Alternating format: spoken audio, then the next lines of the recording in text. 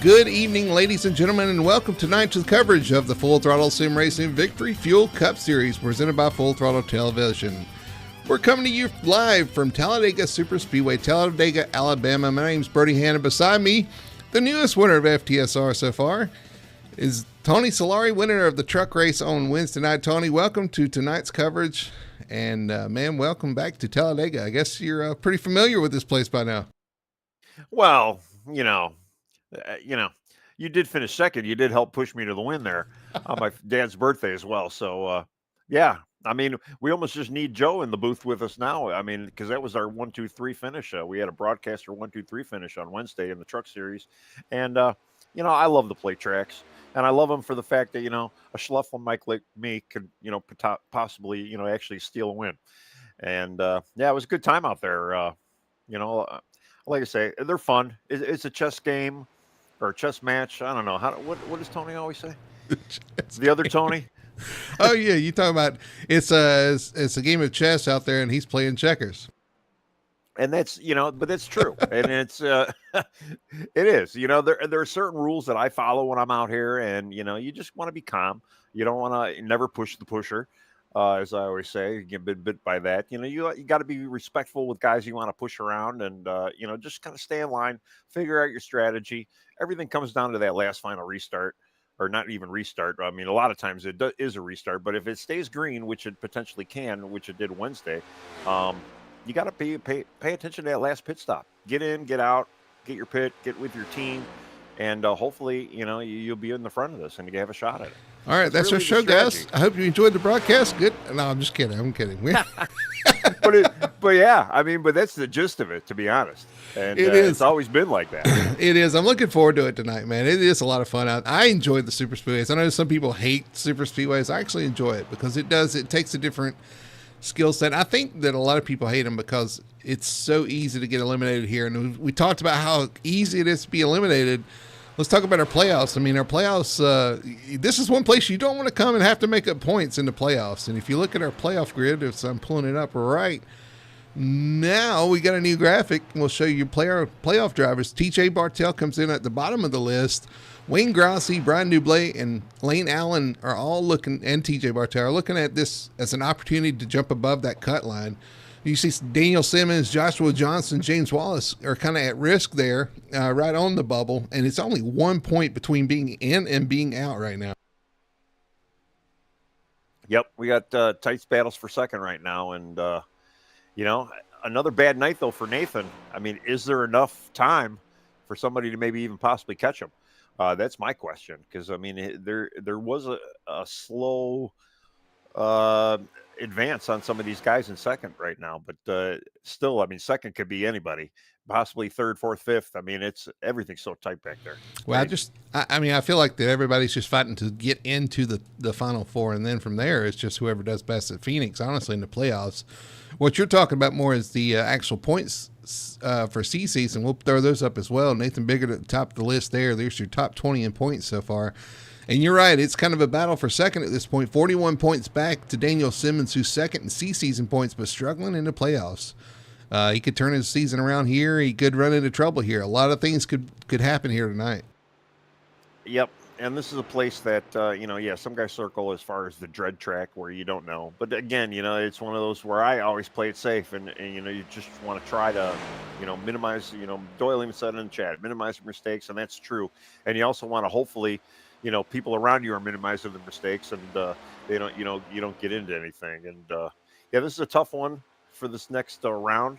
And then we got the road course next week too, which is another one. So that's right. Yeah, it's a tough round because you got Kansas. If I could talk, Kansas last week, and I got to give a shout out to Joe Flanagan and yourself for covering the broadcast last week as we were dealing with the effects of Hurricane Helene here, trying to get things covered there, and glad to be back and glad to be done with that for now. I know, guess our hearts, thoughts, and prayers are going out to the communities in Western North Carolina who really got slammed really hard, especially with the dam failure and stuff going on up there. Some of the pictures out there are pretty tough to look at. Yep. Yeah, it's very devastating. I know Florida's got something on their way too, which could potentially be just another disaster. It's not a good place for a lot of Americans right now, and as far as that goes, and yeah, Joe and I just want to kind of help out as well. So, I mean, no big deal. Good that you and I know Brandon got at least power back, and you guys are back in action. So that's minimal compared to what some of the other guys are dealing with right now. Yeah, absolutely.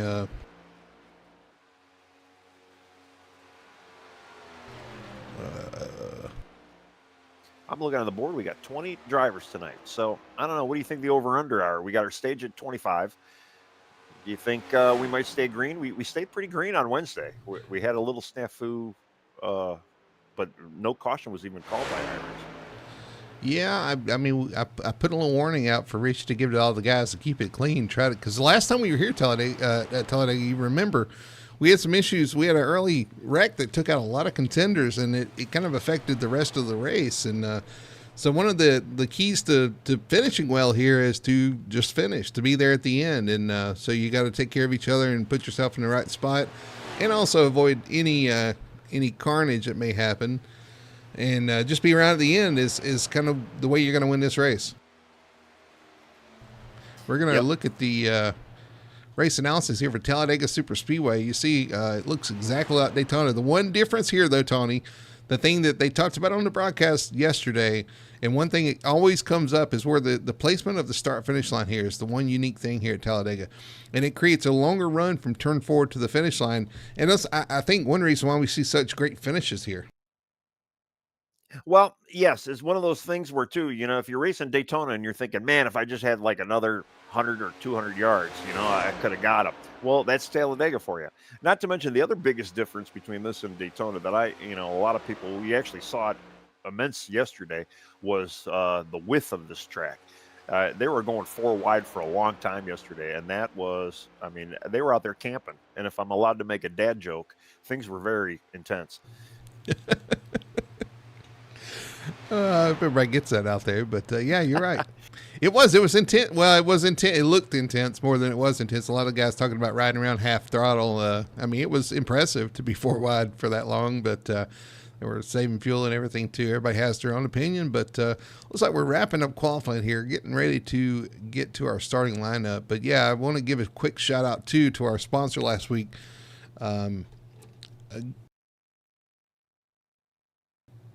Sorry, I'm trying to find my buttons here. Gums Auto Center. Colton Gum put up some money last week for some of the guys for a random drawing and sponsored the race. Got to give them a shout out. Unfortunately, things didn't quite go the way we wanted to as far as having them broadcast on Full Throttle Television, but you guys picked it up. I just want to give those guys a shout out as well for doing that. And who knows, we may be working on getting those guys back in for another race here very soon.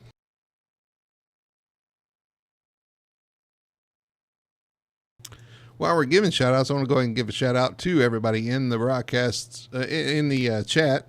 Jason Anderson out there giving us a shout out. Look forward to it. Look forward to you guys. He said, looks forward to an exciting race. Us too. Hopefully we get that. We'll be bringing you guys what we have. And Doyle Lawrence is always out there saying hi, Doyle. Good to have you along. Hope you guys enjoy it.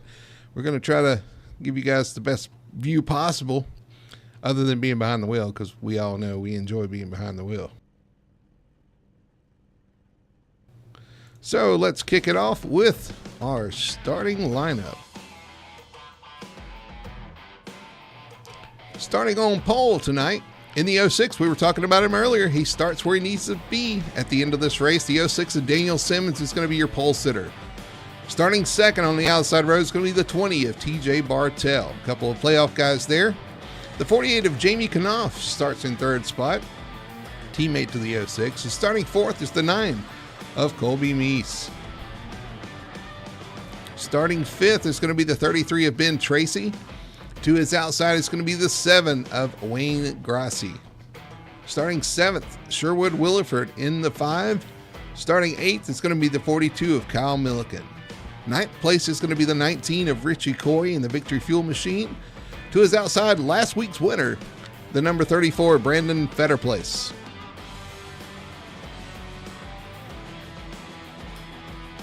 Starting in 11th is going to be the 14 of Lane Allen. 12th is going to be the 57, Joshua Johnson. Starting 13th, the 47, teammate to the 57, Ryan Hedrick. The 01 of Nathan Biggert, your points leader, starts in 14th spot. 15th is going to be the 31 of Jeff Chandler. To his outside is going to be the 67 of James Wallace. 17th is going to be the 37 of Brian Dublé. 18th, the 22 of Michael Blackner. 19th is the 54, Alan Crowell. And starting shotgun on the field is the number 6, James Torrey.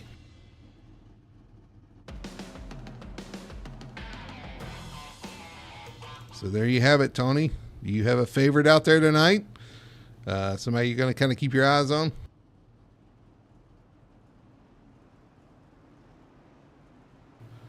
It seems we have lost Tony.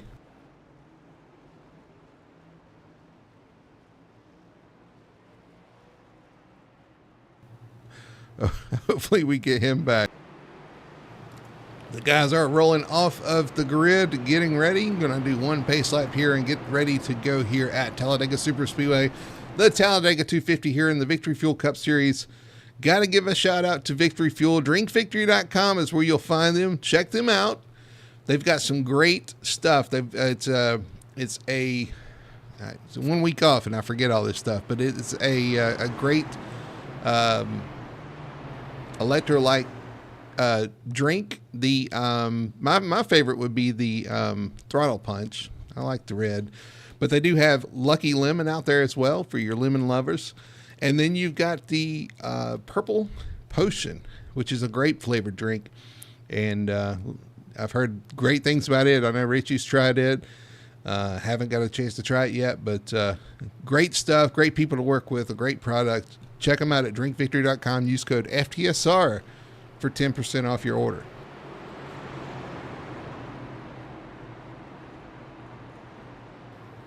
Getting ready to go here at Talladega. Again, on the front row, the 06 of Daniel Simmons, looking to lock himself into the playoffs. The 20 of TJ Bartell as well. He's, again, back in 12th spot, trying to lock into the top 8. So that would be a bottom to the top move for him. Jamie Knopf looking to lock himself in as well. Colby Meese, Ben Tracy, your top 5 there as they come down towards the tribal to the restart zone. Remember, we have a stage as well as lap 25. We'll break this race up a little bit, so looking forward to that. Here they come down to the start-finish line, waiting for the restart zone. There they are. They're on the gas, and we are green here at Talladega Superspeedway.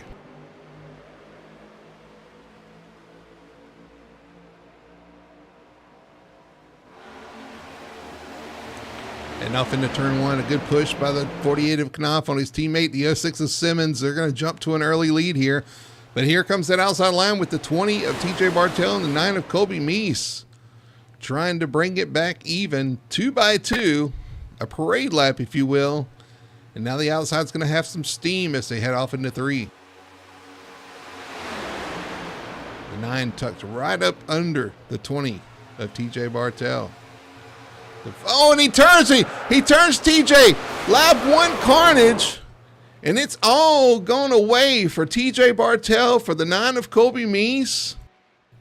A lot of drivers affected here. The 42, the 48's in it. Oh, man. Wayne Grossi's in it. A lot of guys affected here. Oh, drama. Lap 1, turn 4. Let's go back and look and see what happened here.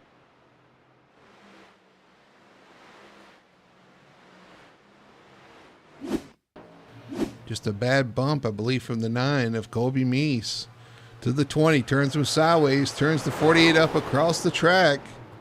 Several cars involved. Luckily, several missed it as well, but the 9, the 7, the 42, the 48 all torn up. The 20 of TJ Bartell junked as well.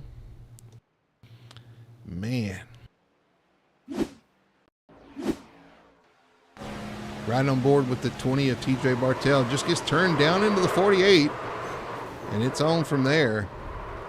Luckily, several scamper by, but there's a lot that will not be making more than 3/4 of a lap here at Talladega.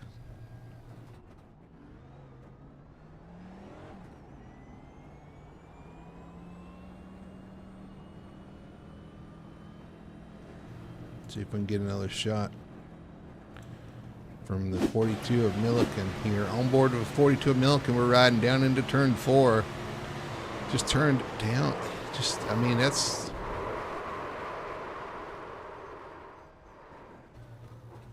awful early. It's right on with Colby Meese here. Pushing. And just turns him left. Man.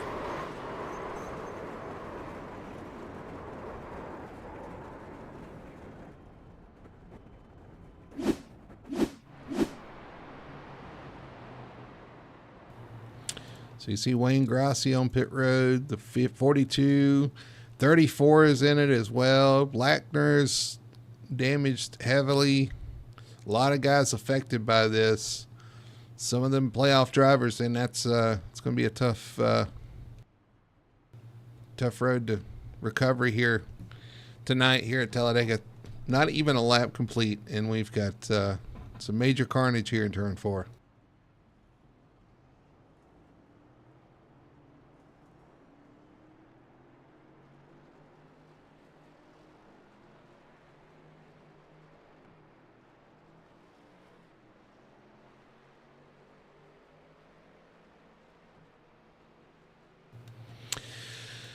See if we get Tony back, but apparently Tony's having some connection issues as well. We'll get him back as soon as we can, but right now Daniel Simmons leads the way, Ben Tracy in second, Sherwood Williford third, Richie Coy fourth. After all that mix up there, things have kind of changed around here up front.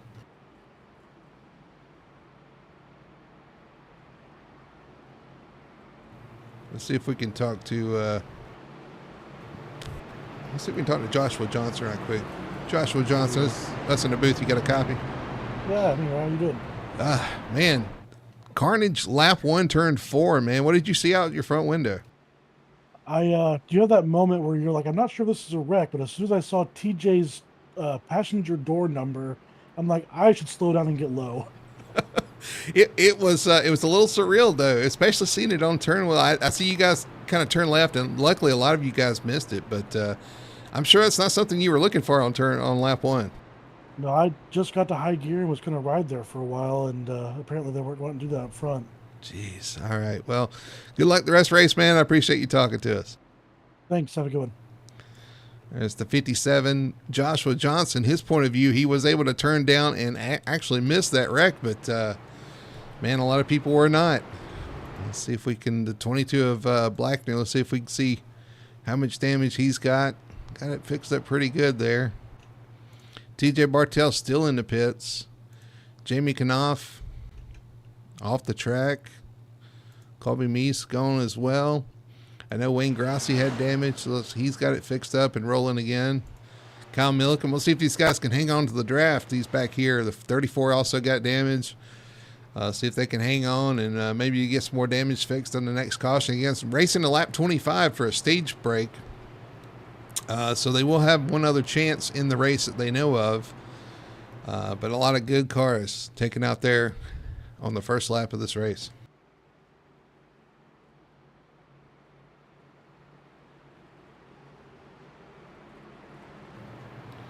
Two by two, we're lined up once again on the front row. The 06, Daniel Simmons, the 33 of Ben Tracy. Behind the 06 is going to be the 5 of Sherwood Williford, Richie Coyle on the outside behind the 33. And then you've got Ryan Hedrick or Lane Allen in 5th and Ryan Hedrick in 6th lined up. That's your top 6 there at the front. We'll see if this lap maybe goes a little bit better than that first lap for these guys.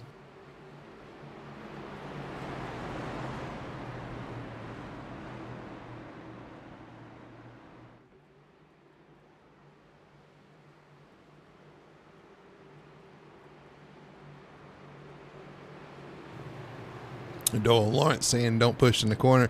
100% agree with you. 100. That is not what I expected to see here early on in this race with these guys. We do have the restart zone waiting to go green here.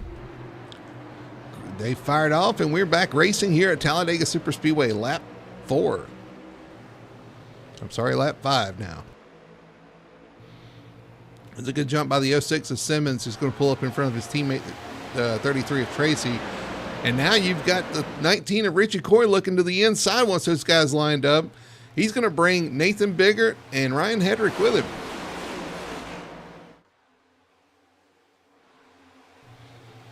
Inside line continue to move. You see the 01 giving the bumper to the 47, who's going to transfer that to the 19.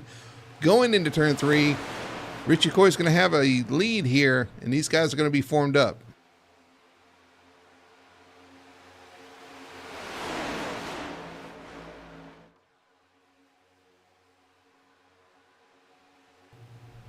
Coming to complete lap 5 here at Talladega Superspeedway. And it's going to be Richie Coy leading the way, but the top lane has not given up. Here comes Ben Tracy and Daniel Simmons back to the top. Simmons is going to take that lead. These guys are kind of trucking on the top right now.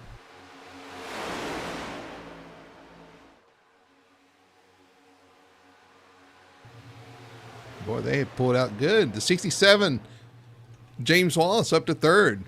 Up 13 spots from his starting spot. Doing a great job out there on the outside lane. All these guys just happy to be able to miss that first wreck, I'm sure. Looks like everybody's keeping track so far.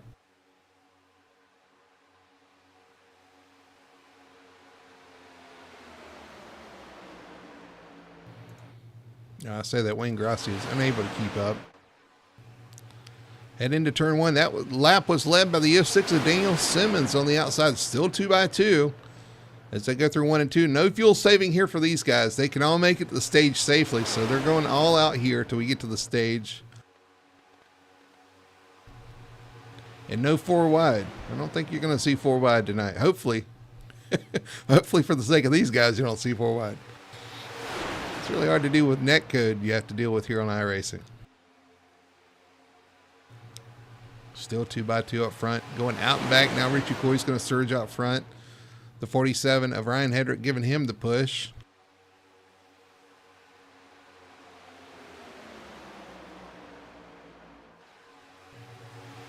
In the line. Now on lap 8 here at Talladega.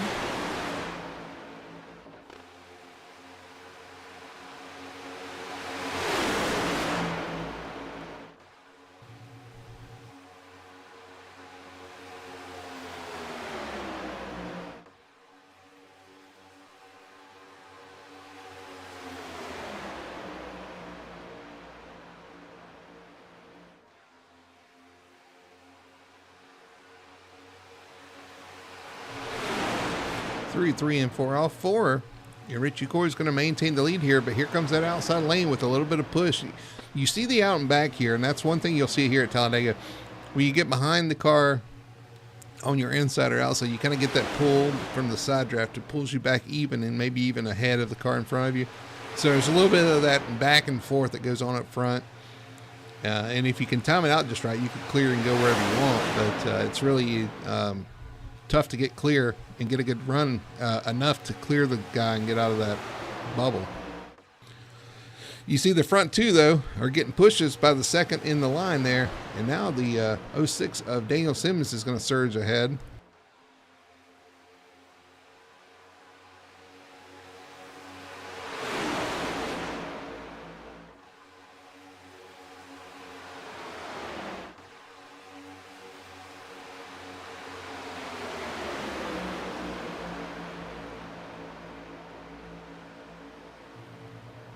Through the tri-oval, they complete lap 9, now on lap 10.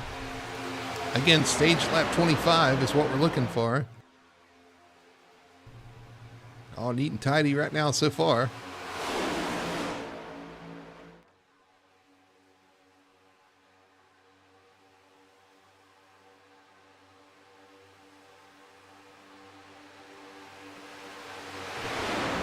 Again, another good push by that outside lane. The 33 and 06 working really well together. Really hooked up, especially down the backstretch. Able to give them that big push into turn 3 and take the lead. But now they pull back even as the 19 has the shorter way around. But now the 06 is going to surge even more so ahead, trying to clear the 19. Not able to do it. Looks like those guys want to clear and maybe get down. Not quite able to clear yet.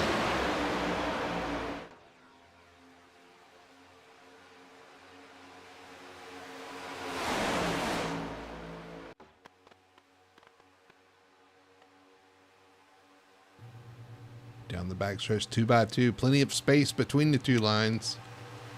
You'll see that close up towards the end of the race as well. These guys try to keep a car from coming 3 wide to them.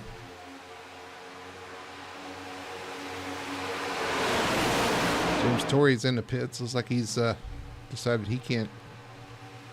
Oh, he's left pit lane.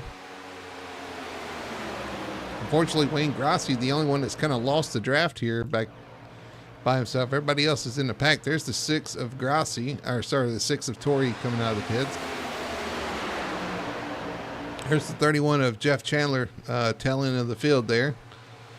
And you got to be careful because you can easily lose the draft back there. This car is really bad about that. You can really lose the pack if you're not careful.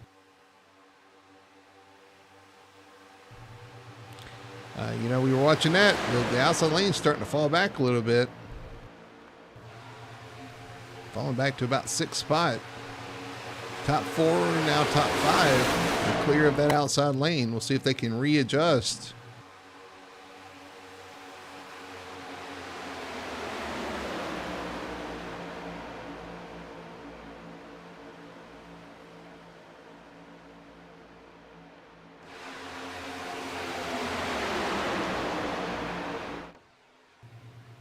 Top 3 still clear. Top lane starting to claw back some real estate here on the outside. It's big push from the 33. On the 06 of Simmons. Trying to get him back up there towards the front.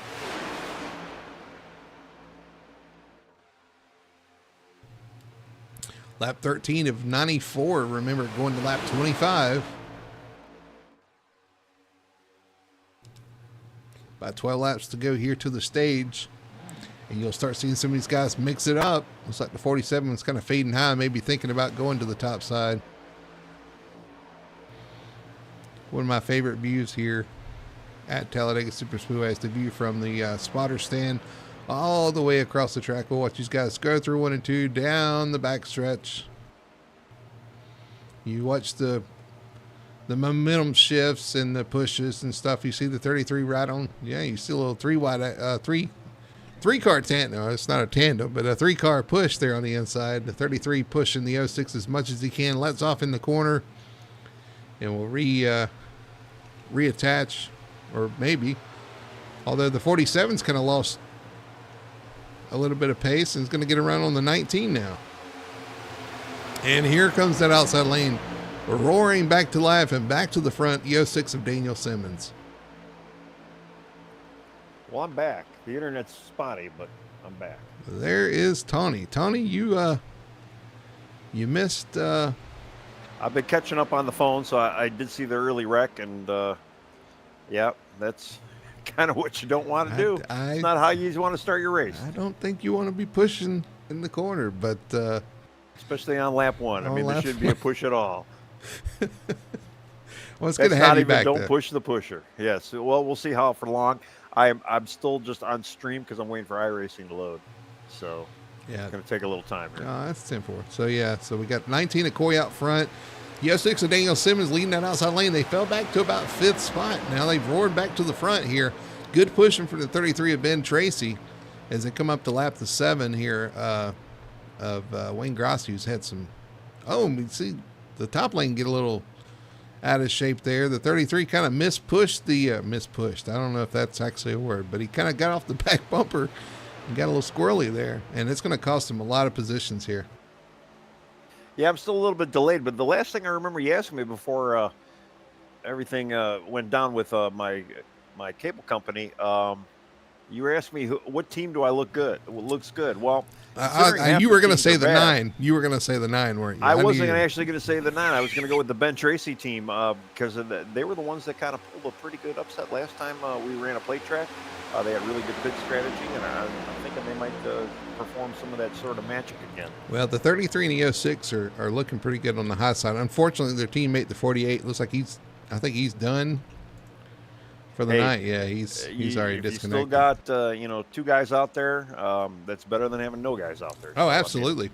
I'm not saying they're out of it, but they lost one of their wingmen. Unfortunately, here comes the 33 pushing back on the back bumper of that 06, trying to get him back towards the front. Here they come back to the outside. Now the 47 is going to have a decision to make here when they come up here again.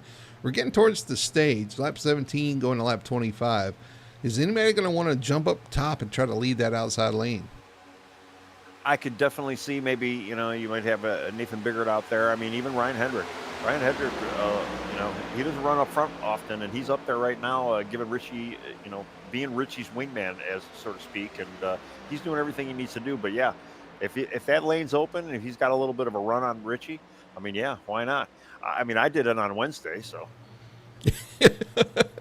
You just got to time it right. Yeah. And that's the thing. Is it going to be, is it too early? Is it going to have enough time? Because they aren't there yet. They're getting some pretty good pushes. Him, the 01 and the 19 are pushing really well in the inside lane. You don't want to make that move too early, and you don't want to make that move and then those guys go by you at 3 wide too. That's one thing you got to worry about. Well, being in that exact same spot Ryan's in right now, you want to basically maintain that inside line. Keep that thing moving as close as possible. Give Richie the bumps when he needs to. Be careful. They're just got a little choked up. Again, I'm a little behind on stream because I'm waiting for this thing to load still. But you just want to maintain that inside line and keep that line moving. That way you do have that escape point to the top side. 3 wide now. Looks like the 33 got shuffled out on the bottom lane. Now he's formed a third line, middle lane, and now the 42's trying to push him. They are it's getting a little squirrely here. Kind of get all mixed up here. Well, it looked like the 5 had a little bit of I don't know if he got a little loose, and a few people scattered from there. I mean, again, I'm a little behind here. But looks like Sherwood's going to get picked up by Kyle, and they're going to kind of keep that third lane going, inside lane going. But I don't know how much that inside lane's going to ride. And, hey, I finally got that thing going. Right, well, they're falling back in line now, 2 wide. It's kind of messed. That inside lane's the first 4. All right, now we see the 47 starting to look to the outside of Richie Coy. Didn't have enough of a run, so he's going to pull back in line. But he's kind of broadcasted the move he's going to make now. Lap 20. Yeah, and I don't know if that might have been either ill handling car or just, maybe just, he wanted to try something, see what kind of a run he can get. But don't do it until you're ready to do it. It's kind of one of those things. Play easy because, again, you see it kind of it shook up the whole inside line, kind of broke up a few cars. Now that outside line is coming. Ryan might not have that escape point like we were talking about a little bit earlier. If you want to try and make that move on Richie, you need a place to go. And if you can't leave that lane open, then it isn't going to work for you. That's what I was talking about, all about timing, about pulling out, but you also want to pull out, make sure you got some help. Is he looking back to the outside? No, just pushing as they head into turn 1. Yeah, and these cars don't necessarily overheat either, so it's not like he's got to dip out to kind of get some fresh air. Back in the day, some of the older cars, you would have to kind of move out of the way just because the thing would overheat. You'd have just enough tape on it where a pusher like that could not stay locked onto that bumper for too long, or you'd overheat. I kind of miss those days, I ain't going to lie. Still don't understand why a lot of it was removed. Well, you could still definitely get these things hot if you duck, you tuck the putter for an extended amount of time. But they do cool off a lot quicker. As you see that outside lane starting to inch forward just a little bit now. They're beside the 4th place car. The top 3 have got to be thinking about this now. When he sees that line coming, and here they come. It didn't take any time. Now Daniel Simmons is going to be in the lead. Yeah, that's definitely what you don't want to happen. You wanted to maintain, and unfortunately,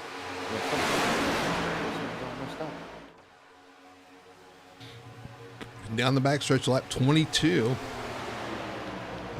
47 right on the back bumper of the 19. The 33 tucked up under the 06. Good pushes going on down into turn 3.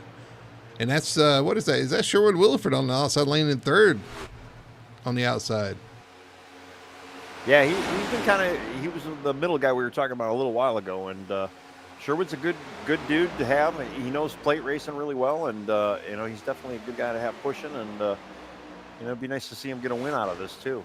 You just got to stay clean, stay smooth, and hopefully things will work out for you. Now the outside lane completely clear of that inside lane. The top two are clear. Decided to stay up in the high lane. And here comes the 19 back with the help from the 47. This guy's been working together the whole race, and it's worked really well. The inside lane's got some really good pushes. The 19, the 47, and the 01 all hooked up right there. Yeah, apparently my iRacing completely shut itself off. So. Oh, okay. Well, loading back up again. He's having all kinds of issues. And now the 19 and 47, those guys, the outside lane had some issues down the backstretch, and they've completely fallen off back to fourth, now back to fifth, as they try to get reorganized here as we come to 2 to go to the stage. That's basically probably what Ryan Hedrick wants. He's got that lane open now. He might be able to make that move. Just you want to keep that lane moving, keep that lower lane straight, maintain that lead right now. You've got that escape point if you want to try and make a move. Here they come again down the backstretch. They're going to try to get that run, and the thing is, you don't want that door to close. So you were talking about that. If you get side by side, you got nowhere to go if you're on the inside. So. Yeah, if you're looking to get that stage win for the points, I mean, that's definitely the strategy to have. Or you just hang with Richie and push him.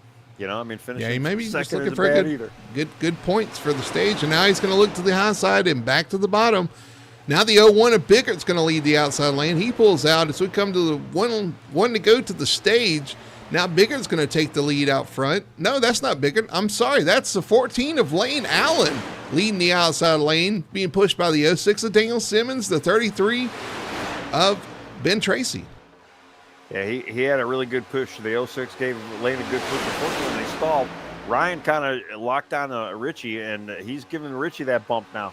So it's basically who's the best bumper right now. Yeah, who's going to give the best push? These 19 Okoye surges out front, but is the top line going to get that big run into 3? They do. The 01 of, the 19 of Richie Coy being pushed by Ryan Hedrick. The 14 of Allen being pushed by the 06 of Daniel Simmons. Now there's a third line with Kyle Milliken on the outside. That's going to kill the momentum for the second lane.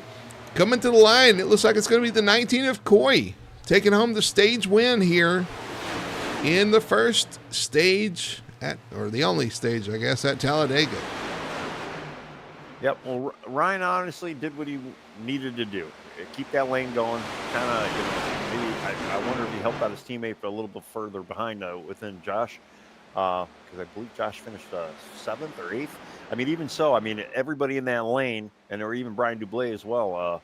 You could easily have been shuffled behind that 10th place, by pulling out. I mean, if he would have pulled out of Richie, it could have jacked up that whole lane and gave some of the other lanes advantage.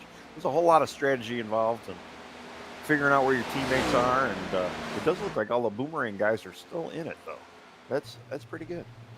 Well, we talked about lanes, the high lane, the low lane, the middle lane. The one lane I didn't mention is Lane Allen, who came from nowhere, finishes 4th in the stage. Good run for him. But yeah, I thought that was bigger that jumped up top. It was Lane Allen who jumped up the top lane. Unfortunately, they just kind of ran out of steam there. And you're right, Ryan Hedrick, a good grabbed 9 points there from the stage finish. Good points for him as well. And Richie Coy winning the stage. Nathan Biggert getting some good stage points as well. Like I said, Allen in 4th, Joshua Johnson 5th, Daniel Simmons 6th, Ben Tracy 7th. Brian Dublé finishing 8th. 9th is Sherwood Williford in 10th. Alan Crowell for your stage points. Yeah, it's pretty good. And then behind them, you got Kyle, James Wallace, Brian Petter Place, our last week's winner, and Michael Blackner, and then Jeff Chandler. And then we only got Wayne Grassi right now, who's 1 lap down. He probably will get the lucky dog this time around as well. If he's not too damaged, he still has got a shot at this. Oh, Wayne's going to have to get some damage fixed. He was a little off the pace or lost the draft, one or the other. So he's definitely damaged in that first accident. Man, that was going back to that. That was just it's disappointing to see. From a broadcaster standpoint, from a racer standpoint, you do all that preparation and get taken out on lap 1. And a lot of people ask me why I never bother to practice some of these plate tracks, and that's the reason, because I've been in that spot so many times where you get knocked out within the first couple of laps, and it's like, man, why did I practice for 5 hours just to get wrecked? And it just, yeah. I mean, I not discouraging practicing, and but yes, probably people out there need it, but it's one of those things. You do enough of these, you might not need it. Daniel Just Simmons stay clean. slides through his pits there. I don't want you giving bad advice to people out there. Practice is a good thing. But yeah, Daniel Simmons slides through his pits. It's going to lose some track position here. Well, if you look at it this way, your law of averages. If you don't practice, you don't get caught up in accidents. So, you might have better green flag runs. Say that again. Well, if you don't practice, you don't get caught in practice accidents. Oh, practice accidents, yeah. And usually, too, when you practice. But if you practice wrecking, you get better at that, too. Well, but that's kind of what happens, though, during practice. Because, you get some of these guys, and they're like, oh, we're just practicing and goofing around. And you're going to make moves during practice that and you don't learn what necessarily not to do. That's what you're doing. You learn what not to do in the race. So you get it out of your system in practice. It's like, oh, I don't want to do that again. And that's true. That's true. For me, it's like, yeah, I just don't. I'm not going to do it during the race. So I'm not. Folks, I got to tell you too. Practice. Me and Tony has had this argument or discussion. I won't say argument, discussion several times off stream too. It's like, I don't, he just refuses. And I understand what you're saying. I understand completely what you're saying. It's just you've got less tied up into if you practice and practice and practice and practice. I will say this: if you practice so much and then you go into a race and get wrecked on lap one, it hurts so much more than if you go in it knowing that there's that possibility and opportunity, and knowing that you didn't waste 3 or 5 hours of practice. Well, it kind of goes back to the how plate racing is a crapshoot. If you're playing craps and you start with $5 and leave with 200, it's better than starting with 200 and leaving with 5. So it's I don't know. Yes. But there is something to be said for preparation, too. There's a balance. I don't know. There is. And I'm not saying a lot of guys don't need it. Is that why NASCAR doesn't do practice anymore? It's Tony's fault. It's Tony's fault, guys. Blame Tony. They were running 4 wide yesterday. That was pretty impressive. I will admit that was. Yeah, I could run. You run half throttle 4 wide, I guess. I don't. Yeah. I don't know if I'd want to do that in iRacing, but no, I still think we have enough cars on the track right now than they didn't finish in the race yesterday, so that's not so bad.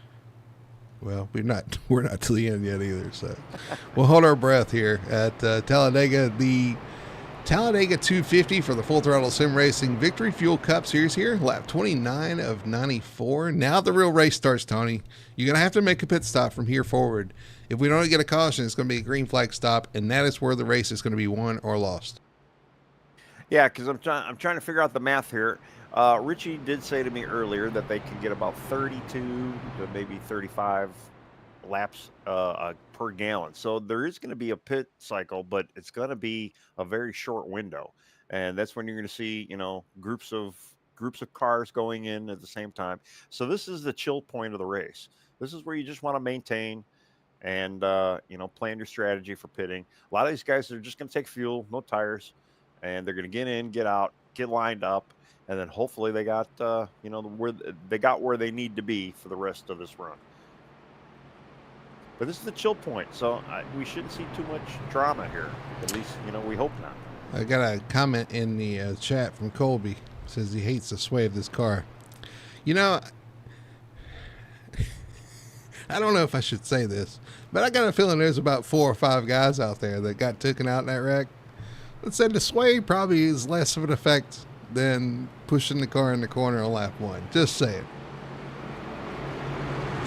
Yep. Supposed to push. You push when you're supposed to push, not when you're not supposed to push. As determined by results.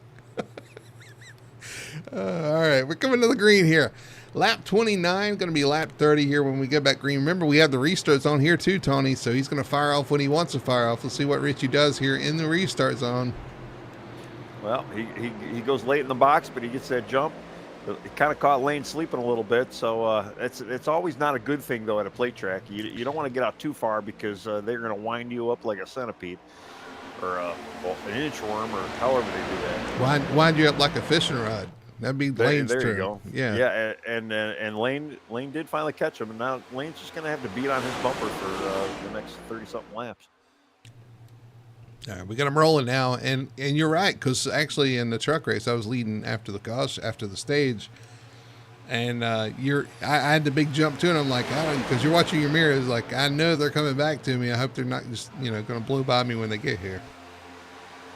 Yeah, I mean the draft is usually takes about a lap or so for the cars to really get up to their max speed or at least racing speed.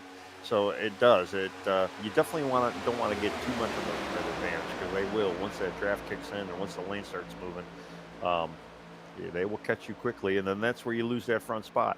Because I could see a guy like Nathan Biggert right now. Once he clears Richie, he might drop down in front of Richie and just kind of get that lead. The inside lane right now is the dominant lane, so it just seems like they've got momentum. They're wound up now and underway, and now the outside lane, Nathan Biggert getting pushed to lead by Joshua Johnson. Got some new players up front, Tony. Yeah, I saw Josh in there. He restarted fourth. Yeah, he's been kind of hanging on to Nathan's bumper right now, and if he can get Ben Tracy to kind of just tuck up a little tighter to them, that lane should, the outside lane should really move. Obviously, you don't want to get too tight, but you want to keep that once you're drafting with these cars, you want to stay in a nice, straight, easy line. You don't want a lot of wheel jerking. You just want to kind of stay right and hit the tire tracks of the car in front of you. It keeps that slipstream going. It keeps that whole lane moving. And you can see the bottom lane doing a much better job at it right now opposed to the top lane. But I believe we've got, what do we got? 7 on the outside and maybe 8 or 9 on the lower lane. So, I mean, the lower lane definitely just got a little bit more car count to keep that thing moving. The interesting thing I saw there was the inside lane was much more organized. They were closer together, yet the outside lane had more momentum. So, that's going to be kind of the game here, is how much momentum can that top lane carry versus the short way around on the bottom lane. Yeah, we got Nathan Biggert. He did clear Richie. It's just a matter of time now. Is he gonna still hang with Josh, or is he gonna say, I'm gonna dip down? Or if Josh gets off far enough, is Josh gonna kind of dip down in front of Richie and hang out Nathan? Which to me isn't a bad move if you can make that clear. It's been a really interesting stretch here. I know I wasn't around last week for the Kansas race, but kind of caught up on it. How things have kind of developed there. We had a little bit of a wreck there that kind of took out some of the top players. In a wreck here early tonight that took out some of the top players. It's really kind of shaking things up. If you look at the playoff points too, it's really interesting to see who's in, who's out, and who's playing some games here. Trying to do the best they can points wise, just to point their way in. Well, we have the new guy last week, Brandon Fetterplace. Again, he won. First winner on debut, and he did a really good job. And we've been saying it since the beginning of the season. There's a lot of good drivers out there. We got a lot of talent. Even some of the guys that are in the top of the points, you can't discredit the guys that are in the middle of the pack. Some of those guys are in the middle of the pack just because of accidents like we already saw today. So I mean, there's a good round field. And I mean, if you look at the points standings right now, even from second to say 8th or 9th, I mean, it is so tight. I mean, you're within 10 points. So it's a good looking field out there, and everybody is respectful and they do what they can do, and so it makes the league really good. You get great competition, and I think a lot of us had a lot of fun too. You're talking about Fetterplace. We're right on board with him. The 34 winner last week. You said winner on debut, and that was surprising for all of us, I believe, to see him come out there and win. And it wasn't a dominating win; just put himself in position there at the end and was able to get that win. But yeah, currently third on the inside lane, doing a great job. Thought he had some damage from that earlier incident. I think he did. He was slightly caught up in that, but managed that well, got it fixed, and now put himself in position once again here. Yeah, I mean, if your car isn't horribly damaged enough to where it can still maintain draft, I mean, you're still in contention. You might not have the legs that you need, but it still doesn't mean that you can't be a pusher or get pushed. And, it still kind of, leads into, being there at the end, putting yourself in the right spot. And, I'm looking at Wayne Grossi right now. We said he was lapped down earlier. He had a little bit of damage. He's hanging in their pack right now. He's towards the tail end of the pack, but the car looks like it's clean now, or at least repaired, and he at least got the legs to keep moving. So, Yeah. and just looking at some of those other guys too. I know Jeff Chandler, I believe, was he was involved in the wreck because he was back there, or he's just chilling in the back. I think he's taking my approach there and just staying out of trouble. To be honest with you. I can't remember what race you were in too, and you drove to the back, and you did it right at the right time. You Yeah, did have yeah. that accident, and it's just one of those things. You got to have that intuition where, if you know, it's almost like the Han Solo. I got a bad feeling about this, and you got to scoot yourself to the back. Yeah, riding him over with Grassi there, and yeah, it looks like he's got his car fixed for the most part. And to be honest with you, if you hang with him and wait till the end of the race, it could be a wreck coming to the line. You could gain 5-10 spots real easy, just avoiding the accident that happens there. So if you're, like you said, if you're still in it, still around in the draft, you're still in this thing. Oh, for sure. And I mean, and it's almost hateful to say, or I hate to say it, but there's usually always that last lap wreck. Somebody gets turned, somebody makes an over-aggressive move. Very rarely do we not see carnage on that last lap. And I mean, and we're talking in real life and sim, in any aspects of super speedway racing. It seems like it's always there, and it's unfortunate it's always there. Some guys that are running seventh, like this, or the guy running second, he really wants to win, and makes a slip, and it's always there. Yeah, it's easy to do too.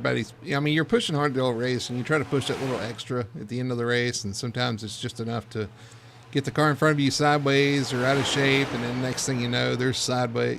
It's just, and honestly, coming to the end of the race, it's a little, I won't say it's accepted, but it's a little more expected, I guess. Right. When you're coming to the checkered flag, that it may get a little hairy. But yeah, I don't know. It doesn't make it easier to accept when you get wrecked in it, but after you cool down, you're kind of like, well, we were kind of racing for the lead, and that's kind of always kind of the mindset is get to the end. You got to be in it to win it, and at least you were in it. You just weren't able to win it. Yeah. No, but yeah, well said. I'm just kind of looking at it. Everybody is kind of just chilling out right now. The outside lane still has less car numbers, but they are not having any problem, running door to door with Richie and Lane right now, leading the lower lane pack. So everybody else is looking pretty good, though. Nobody really has lost the draft. James Torrey is kind of tailing back there, but he does not look like he's in any jeopardy of losing it. Just chilling, just relaxing, which is kind of what you got to do right now. Just get to that last pit stop and get in and get out and get clean. Get a clean stop. So on the outside, you got the 01 of Biggert being pushed by the 33 of Ben Tracy. On the inside, you got the 19 of Coy being pushed by the 14 of Lane Allen. That's kind of your players right now. And you've got Daniel Simmons in the third lane, or third on the outside, and Fetter Place third on the inside. That's kind of your players right now. Yeah, how hard is it to be patient at this point if you're like fifth in line or so? Like, I know because I experienced it after the stage in trucks. It's hard to just kind of ride there and accept your fate, but you got a pit stop coming. But how hard as a racer is it to just sit back and say, okay, I just need to ride here for now? It's boring, plain and simply, at least for me. You're just out there kind of riding laps, and that's really what you have to do. And I mean, in a good conscience, you're like, well, yeah, I know this is boring. But this is what I need to do to get to that pit stop. And then this is the time too where you're making sure your tires are off, because you're your own crew chief. You got to set up your pit stop. Make sure you how much fuel. Talk to your team. See maybe what lap you're coming in. Even though I think this is going to be kind of a short fuel window, but that's you're thinking more strategy. And if you got a decent team with you, and if you got a group of guys that are kind of hanging out in your channel, it doesn't make it that boring. So. When you got your team kind of strategizing and trying to figure out some stuff, that's where some slapstick humor comes out as well. But, it does kind of break up the monotony of just being out there and running the laps until it goes to game time. And, but yeah, that's kind of really what you have to do right now. And it's sad, but that's just how it is. Yeah, or after the pit stop too, it's going to go into okay, what moves do we need to make come to the line? That's where once you get that pit stop done, your focus is kind of shifted to okay, where do I need to position myself? Where do I need to be? What's the game plan coming to the line?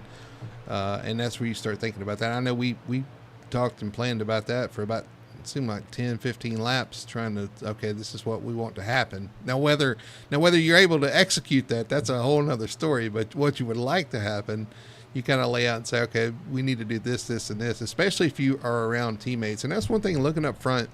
The only teammates that are really together I see are Tracy and Simmons. And I could easily see those guys ducking out and going somewhere else. Right. And yeah, those are the only two guys left on their team right now too. So yeah, they've got, or at least that are in vicinity. I mean, we know Boomerang's out there. Well, I was about to say, because Joshua Johnson and Brian Dublé are kind of in the same vicinity, and then you've got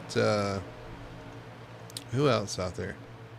You got James Wallace and Ryan Hendrick too, but they're a little bit towards the back. They're towards the back, and then you've got Lane Allen and Sherwood Wilford, who will probably work together, even though they aren't teammates. So you've got a few alliances, I guess, out there that you could see kind of work. But if you're somebody like Nathan Biggert or Richie Coy, you don't really have or even Brandon Fetterplace, who I guess is kind of working with Elevated, I guess. Yes. Yeah, so kind of have a Toyota alliance. But some of those guys are kind of the odd man out, and you're like, okay, where's my help going to come from? And that makes it really tough to do that out there. Well, and I'm even thinking about Richie Coy. Richie Coy, unfortunately, does not have any teammates right now. Colby being knocked out, looked like Michael Blackner. He also got and had some issues. Removed himself from the server, so he's basically out there by himself, and he's in the front of the pack. So anything that happens behind him is going to be too late. So if he did want to say, okay, I'm going to tag in at least with the Elevated guys, he's not going to know when they're going. So, I mean, a guy, if you're out there stranded on the island by yourself, that's almost, for me, I would almost say, hey, let's, maybe get to the back of the field. That way, at least you can see when the other teams are coming in for a pit. Not to mention, too, being out in front, he's burning more gas than anybody else. So he's going to need to pit earlier as well. So he could even get to a spot where he might have to come in for a stop and nobody's going to go with him. So, I mean, he's kind of in a bad spot right now. You just gotta keep your ears and eyes open, and when you're leading the pack, you're leading the inside lane anyway.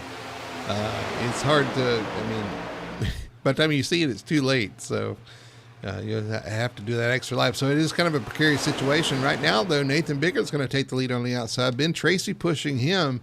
Daniel Simmons behind Ben. I wonder if those guys are going to think about ducking out and getting out from behind the 01 here.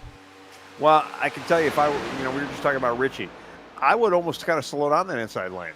Get some cars in front of you for, just for the mere fact that, yes, you may be able to save a little bit more gas. Mm-hmm. But two, then if you start getting a couple cars in front of you, you can say, okay, well, hey, if Nate's going to go in for a pit, I'll go in with Nate. You almost got to make your alliances. You almost got to figure out, like, if you're Richie right now, you got to figure out, okay, who do I want to work with, not who's going to work with me.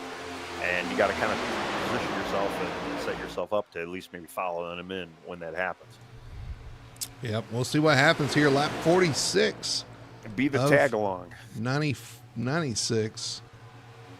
I can't read. But yeah, you gotta. It's gonna have to be like a wedding crasher, but for pit stops, I guess. Snoop says you gotta get in where you fit in, or fit in where you get in. What is it? Something like that. But yeah, that's pretty much kind of where he's at right now. I mean, I know Lane Allen's kind of in the same boat too. So if Richie dumps in, I could see Lane going with him. You might get Sherwood to jump in with him too. Maybe, Wayne and Sherwood are on the same team. So you might get a little bit of a alliance there. It's just one of those things where you don't know when. Pit stops aren't necessarily coming up right now. We still have... let's see, probably another 10 laps before we start seeing any action. I'm watching a 42 Kyle Milliken. The Kyle's kind of fading to the middle. He's one of those guys. He don't like to sit around and ride. I don't blame him. It gets kind of boring. So he's trying to get somebody to do something different. Go through the middle, go to the outside, something. He was one of the guys. He's the guy that actually led the outside lane there coming to the stage. So kind of keep an eye on that blue and yellow machine back there towards the back to try to make something happen. Well, Wednesday night we saw the Elevated team kind of make a good strategy. They all went to the back of the field. They all went in, pitted early, and I believe they had about 6 cars that went in at that time. And I don't think it actually worked for them, but you can see they had a little bit more strategy in the truck race than they do tonight. They are all of them are all kind of scattered around right now too. So you're going to start seeing some of these guys too start inching to the inside lanes. As pit stops get close, you obviously don't want to be trapped on the outside, especially if you are going to try and pit in as a team. So we're gonna have to start watching for that in the next hour. Oh, as I say that, I see Brian Dublé go down, get locked up with his teammate. All right, so he moves back into the inside lane. It leaves the outside kind of disconnected, disjointed right now. You got the two cars up front, the 01 and the 33, and then a little space back. Now here comes the 06 to his back bumper. Yeah, and the 06 and Ben Tracy, they're just kind of hanging out on the outside. And they're really in a good spot right now, too, because they, they're in the back. They're saving a little bit of fuel. They're just locked up. They're kind of giving, they're not letting Richie get away. Ben's pushing Nate when he needs to push and just kind of keeping that line moving. So they're doing a good job. The question is, when are they planning on pitting, being on that outside lane? They're going to eventually have to get down at some point, unless they just say, screw it.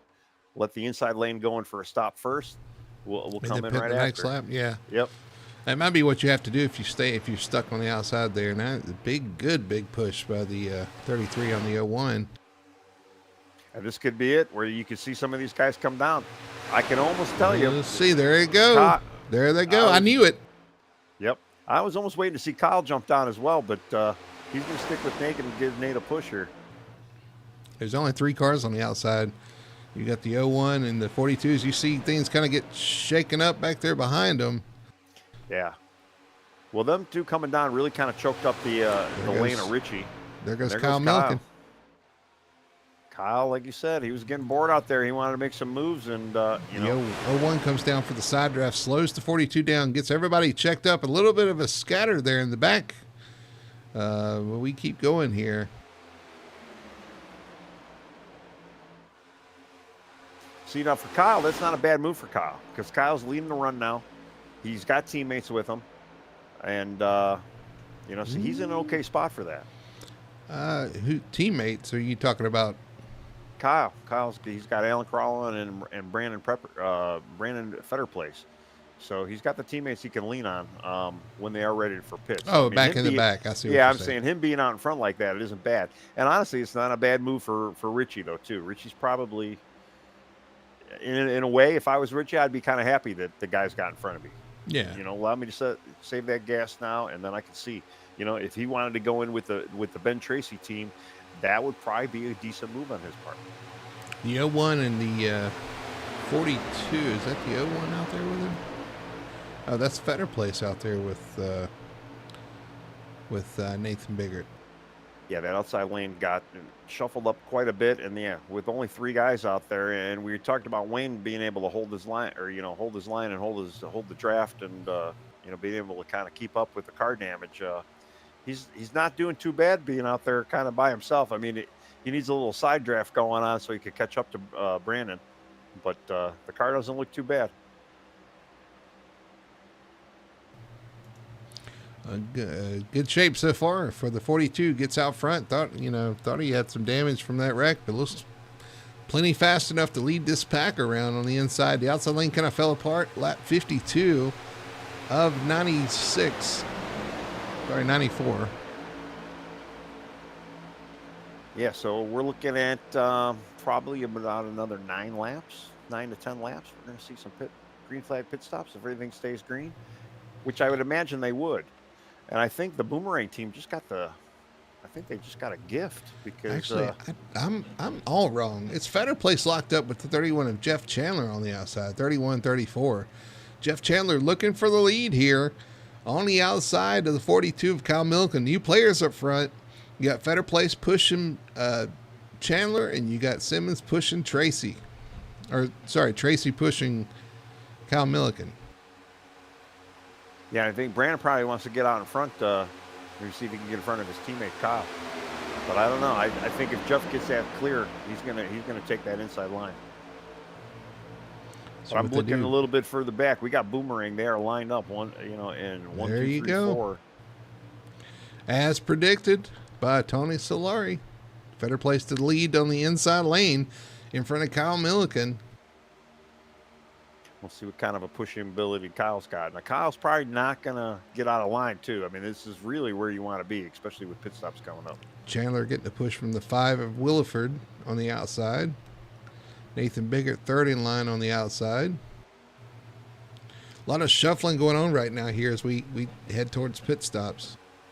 Yeah, and where I would think that some of these teams would want to migrate to the bottom, we saw Nathan kind of move up a lane, kind of get in behind Jeff Chandler, and they're kind of running that outside lane right now. And yeah, I'm just kind of surprised he would have got out of that inside lane.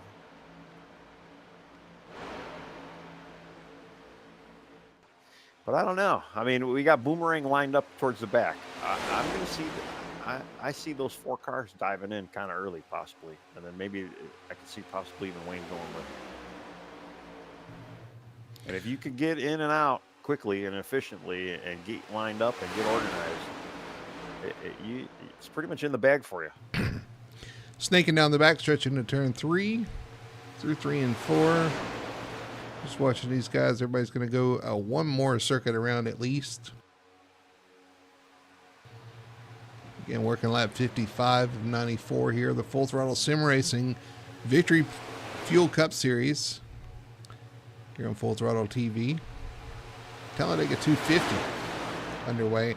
And now you see the outside lane starting to get a little disjointed there. Yeah, I don't know what exactly happened there. Because it didn't seem like anybody really separated or even anybody got loose. Just one or to 5 maybe. Steam. Five overheating maybe a little bit. It's possible. They are kind of bumper to bumper too. So I mean, maybe Nathan gave Sherwood a little bit of a bump there and kind of threw him off a little bit. Unfortunately, if you guys didn't follow, we saw what happens if you bump in the corners and get it wrong on lap 1 there. A lot of cars taking out. The 20 of TJ Bartell, Michael Blackner with damage. The 48, Jamie Knopf didn't even finish a lap.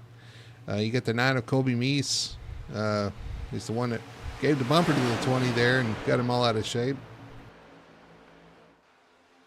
Yep. Not a good night, not a fun night. But, wow, the outside lane just kind of picked up the steam again. And I'm going to say Sherwood's coming down this time. He's got the clear. I think he might give Jeff a nice bump here, and I think we're going to see Sherwood bounce down. Still staying up there in that second lane. I mean, they've got, again, if we got 34, maybe 30 to 35 laps on a fuel run, they're going to have to be coming in within the next 3 to 4 laps. Anybody coming in before that is not going to make it. Talking about some of the guys who are seeing some championship implications. The 48 of Jamie Knopf going out early. TJ Bartell he comes in last car in the playoffs, currently below the cut line. Last car eligible for the playoffs, I should say, in 12th. This is not going to help his chances. He's pretty much must win for next season or next race next week, and it being the Roval. That's a tough hill to climb. The 48 of Jamie Knopf as well was looking for a good run, didn't get it. Not looking forward to road courses next week, and he's going to have a tough one as well. Yeah, it's a hard part of the season too. There's a lot of this round is a tough round. I mean, you got Kansas, which is kind of and you see some of these guys. Not bad, and there goes Sherwood. Okay, so Sherwood goes to the bottom. That outside lane's pretty strong, though, still. It's pretty good. But now we got 2 teammates hooked up. We got Nathan Biggert and Jeff Chandler.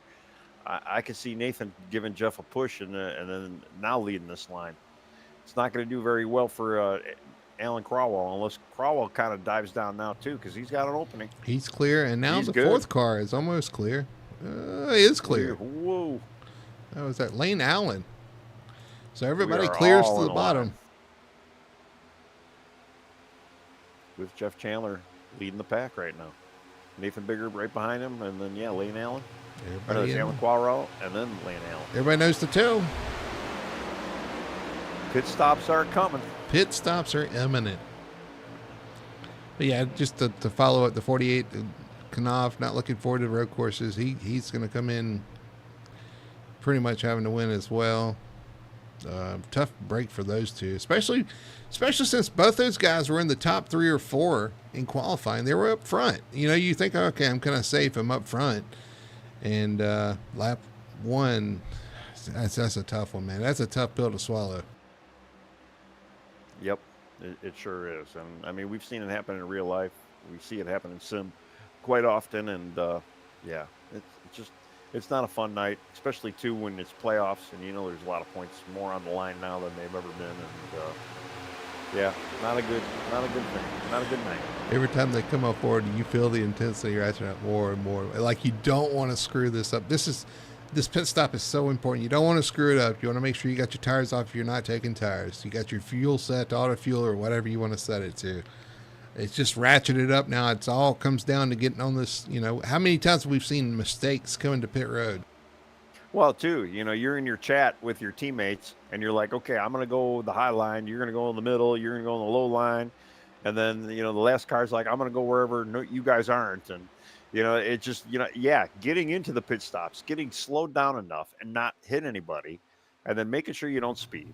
Getting down the pit road. We got some guys in. Looks like almost the entire field's coming in, with the exception of Sherwood Williford. And I think everybody made it. Look at that. Yeah, everybody looks really. Boy, it's going to be tough getting to your pit stall, though. Especially if you're on the outside trying to cut across. We'll see how this goes. Looks like everybody's made it to their stall. You're right. Sherwood Williford, the only one that did not pit here. And that's one of those things, was he not paying attention enough? Was, just did he miss it? Being out there on your lonesome, and I mean, unfortunately, Sherwood's probably, he's got that lump in his throat now. He's like, yep, I'm done for the night. I don't see him being able to keep up pace now. You got to get organized quickly. Get in line here. Sherwood Williford coming down pit road by himself.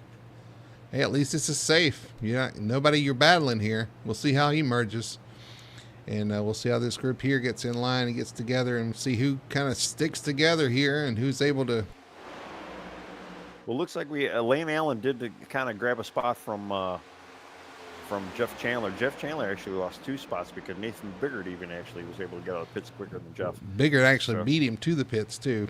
Biggert was very aggressive getting to the pit road, and Chandler was a little bit conservative, making sure not to speed, and got past there. Now there's 4 guys lined up front. And Josh Johnson Josh Johnson was able to get out early, get into that opening pack. Now, I don't know if this opening pack is going to have enough steam, though, to kind of keep the secondary pack at bay. Again, we kind of we've talked about it in the past, and we see them pass at Sherwood Williford right now. Apparently, Sherwood is, I don't think he's going to make any, unless there's a couple stragglers. Well, he might pick up this 3 car at the very, very end with Wayne Grossi, his teammate. So there's a very good potential that he might not be completely left dry out there. But, we talk about that 1 second buffer, too. And that's, if you can catch the tail of the car in front of you by at least 1 second on your relative, that's when the draft starts. You can start sniffing that draft and start picking up your lane. Well, I'm going to watch this here because you got a 4-car breakaway up front, and you got 6 cars in a line behind them trying to make up that time. We'll see how successful they are at that. I'll keep an eye on my gap here. Yeah, it looks like they're actually pulling away a little bit.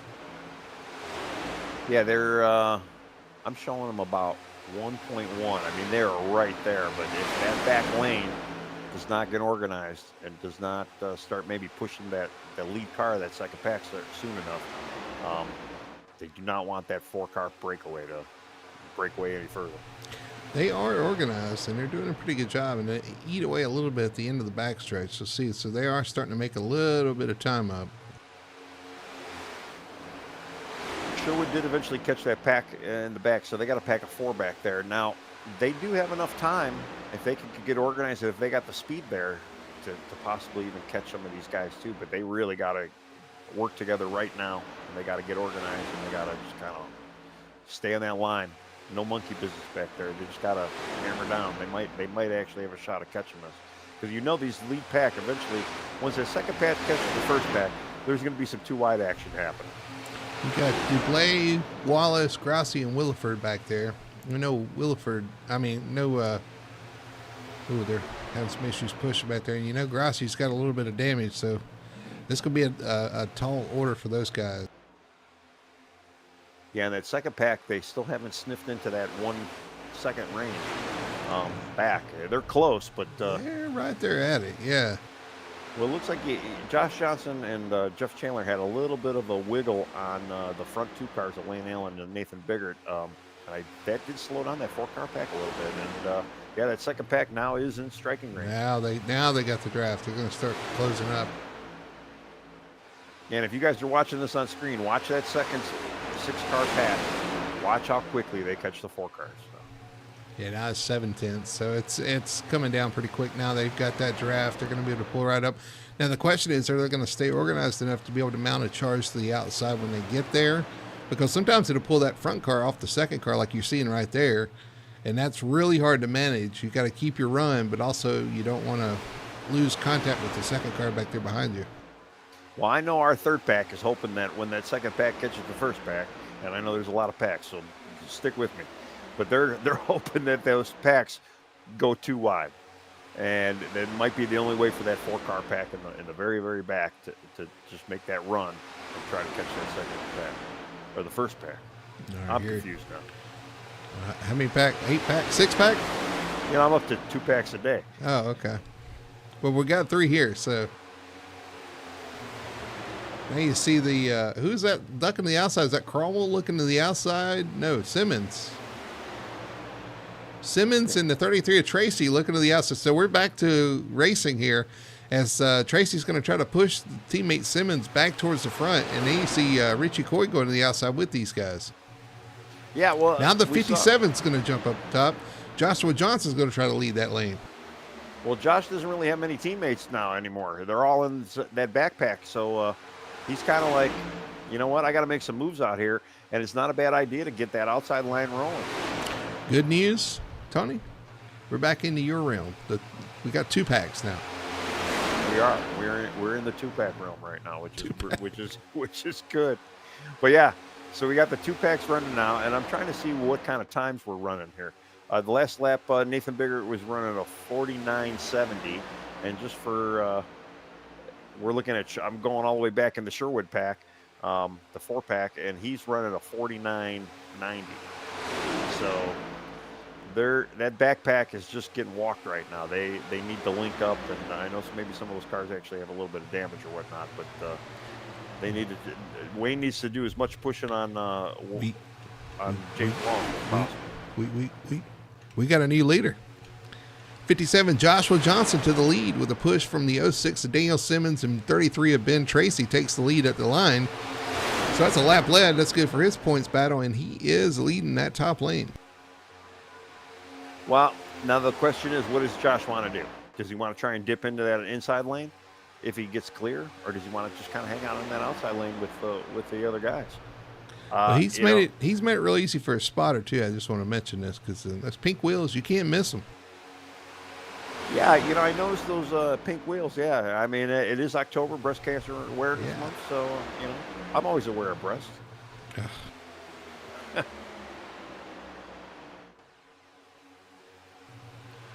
I don't know where to go with that. 25 laps to go at the line here at Talladega. Getting down to it. 2 wide up front. We have 4 cars back there at the back who actually are starting to inch in. Yeah, they're actually catching now. Yeah, I'm going back now too. I'm kind of looking at some of the times there, and yeah, they are. They're almost 0.2 of a lap quicker than the other group. Do they have enough time with 20-something laps to go? Maybe not, but they are making some moves. And, man, it would be continue to do. It would be close, but no. I don't guess they really do have time.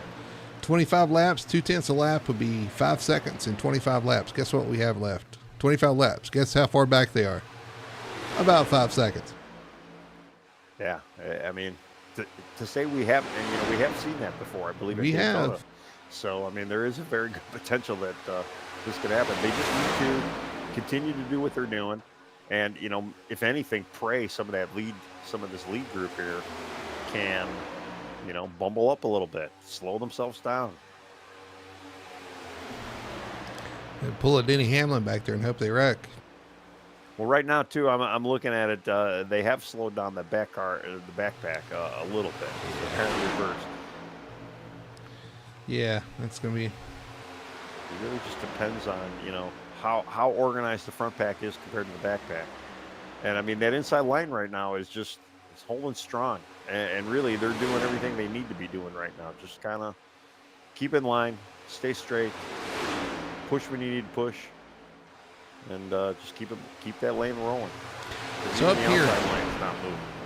here in the main pack, we have the 01 of Biggert, the 14 of Allen, the 31 of Chandler, the 34 of Fetter Place on the inside, top four. And then the outside, you got Johnson, Daniel Simmons, Ben Tracy, and that's actually it on the outside lane. But up here, too, you have Alan Kroll, Joshua Johnson, I talked about him, Kroll, and Kyle Milliken in this group as well. So that's kind of your players up here right now. Yeah, unfortunately, the outside line just kind of got zapped out of his existence right there. They didn't look like they were very well lined up, and it just kind of fizzled out. Looks like Ben Tracy's still trying to make something happen out there, but I don't think he's got. Definitely with the only one teammate he has, that's not enough cars. He needs a few more players to kind of bounce out there. And, riding that outside line, he's hoping somebody's going to take the bait and kind of jump out in front and, maybe get that outside lane moving a little bit more now. I don't know that they really want somebody jumping out. He was just really hoping to maybe the two of them can get a run and make something happen up there. But yeah, it's just tough sledding if you're going to make that happen. They are catching a lap car. I believe that's James Torrey. No, that's Ryan Hedrick they're catching. Yeah, and I wonder if Ryan had actually a pit road violation or something where it put him a lap down, maybe. We know if you do lose the draft early on, you even have a very bad, even if you leave a tire check, you can easily lose your main draft. And if you don't get out of the pits on the same cycle, within the same group, this is what's going to happen in a few laps. You're going to see the whole lead pack go right by you. Hopefully he'll be able to kind of catch up, and if there's a caution, he might be able to get that lucky dog, but I don't see another caution happening. That's awful brave of you. I just don't. I mean, you never know. I mean, everybody's being pretty tame out there for the most part. I mean, and you might have a caution, but it's going to be too late. It's going to be on the last lap anyway. Last corner, perhaps even. Outside lane trying to get a little momentum here. Again, Ben Tracy leading Daniel Simmons on the outside lane. You got Joshua Johnson tagging along with those guys on the outside. And they are making a little progress. Yeah, they are, and I'll give them credit. I mean, the Team Tracy right now, I mean, they're trying to make something happen, trying to get up there, and they're using that side draft. They've got Josh Johnson kind of, was able to kind of go with them because I know Josh wants to get up there. He wants to make some moves as well, so he's going to take the bait, so to speak. You got Richie Coy now taking the bait, so we got a 4-car upper lane. They're going to, the same 4 cars that tried it earlier, they're going to go out there and try it again. But if you see, too, they just passed Ryan Hedrick. Ryan Hedrick was just kind of running out there by himself. I don't believe he had damage or whatnot, but the fact that the pack was running so quickly compared to where Ryan Hedrick was, Ryan did not have enough steam to hang on to that track. He didn't. He wasn't able to latch on. He should be able to latch on to the 4 cars that are behind him, but that might actually help out that pack because he's got a few teammates back there as well. But again, I think we're running out of laps for that backpack. I was going to say, speaking of that backpack, they're down to 7.3 seconds back now, so they've lost a good bit of time, and so it's pretty much just between those guys right now, unless we get a caution. We got Ben Tracy just pulling out to the lead right now. That outside lane did it. Ben Tracy's got that lap left. They've made it 2 by 2 now. Do we have somebody else coming out there? Do we see like a Kyle Milliken? I mean, Kyle's kind of hanging out with his teammates right now, but he's being very tame compared to what we saw in the second in our second stage of the race. I consider this after the pit stop, the 3rd stage, just so you know.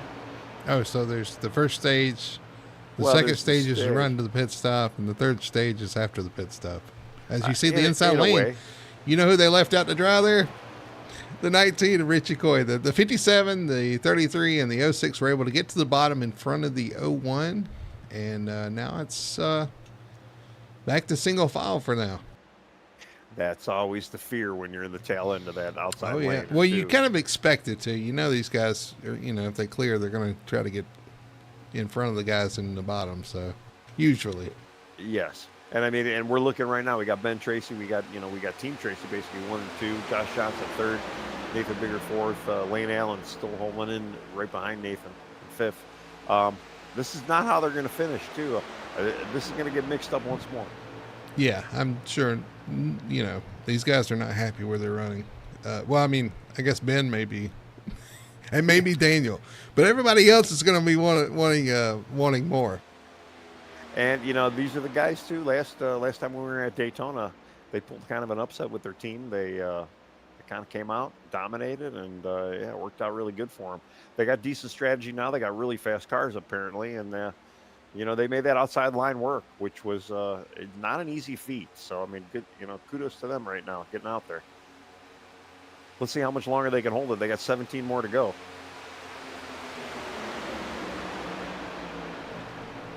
$17 laps to go here at Talladega, the Talladega 250, the Full Throttle Sim Racing Victory Fuel Cup Series. Just a reminder, once again, everybody go to Victory Fuel. Go to drinkvictory.com. Use code FTSR for 10% off your order. Get you some Victory Fuel. Those guys, good people. I can't say enough about them. Good, appreciate them sponsoring the series. Good product as well. Really refreshing. It's good stuff. So check it out. Drinkvictory.com. Code FTSR, 10% off your order. Yeah, it's always good to see a good product coming from a good local company, or a small company rather than, these big, gigantic corporations that, crank out, billions and billions of gallons a year. But, it's almost like a microbrew in a way, but a healthy microbrew. Yeah, you're Sorta. right. You're right. See a move for third spot. The 01 goes to the outside. 14 goes with him. The 31 goes with him. So now you got a new group on the outside lane. Well, the one guy I'm waiting to see bounce out with them too is Richie Coy, and there he goes. Oh, the 33 goes up to block, and the 01 gives him a shove. That's going to separate the 01 and the 33 and the 06. As Ben Tracy decides to lead that outside lane. That was a gusty move, but I don't know if that was a smart move. Because I don't know if you're making too many friends out there. Well, and you're now not. It looks like, but now you're separated. Like, unfortunately, Richie Coy is getting sold out again. He's left out to dry once again. He gets about fourth, fifth spot, and then he goes back to the back. I know he's cussing us right now. He will be when he's watching this in the replay for sure. But, let's see. Does he do it a third time? Have we learned anything, Rich? Well, I mean, he was leading early in this race. So, it's tough, man. It's tough to make any moves, especially if you're out there by yourself. He's just tagging along. Whoever's willing to make a move, he'll go with you. And then you leave him out. Right. It's like, I'm trying to think of a good analogy. Like you get some help from somebody. All right, thanks. You invite somebody, or somebody asks you to come over to help, and he sits there and drinks all your beer and screws it up. That's kind of where it's at. Well, he's the one helping. Well, maybe, he's the only guy that does work, and everybody else is drinking beer and watching. So it's like a government job.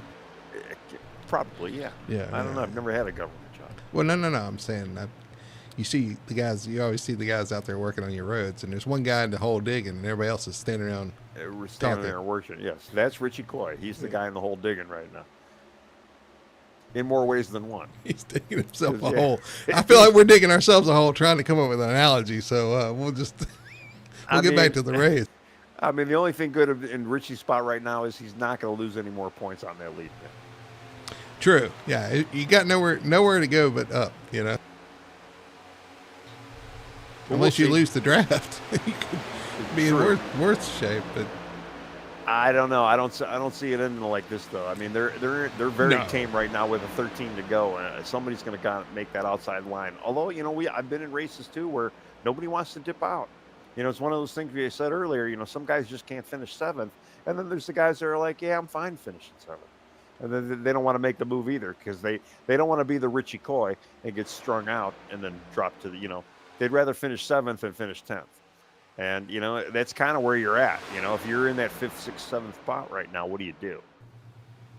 These guys you will, really they're not going to ride. I know the 01's not content. The 14's, man, the 14's kind of the sleeper. He's the one guy I'm kind of watching because he's been up there, tried to make a move, didn't work out before the stage. And he finds himself in 3rd. And they're coming up to lap the 7 of Grassi once again. So Grassi may be able to tag on. I don't know. Yeah, I don't know what happened to Wayne, too. I don't know if maybe I'll have to go back and see what happened because he was within that pack. Maybe he just got a little slippery and lost the draft somehow. And, yeah, I mean, they still have 4 cars in that group, but, yeah, I don't know. I don't know what happened. So I'll have to go back see if there's something I could see.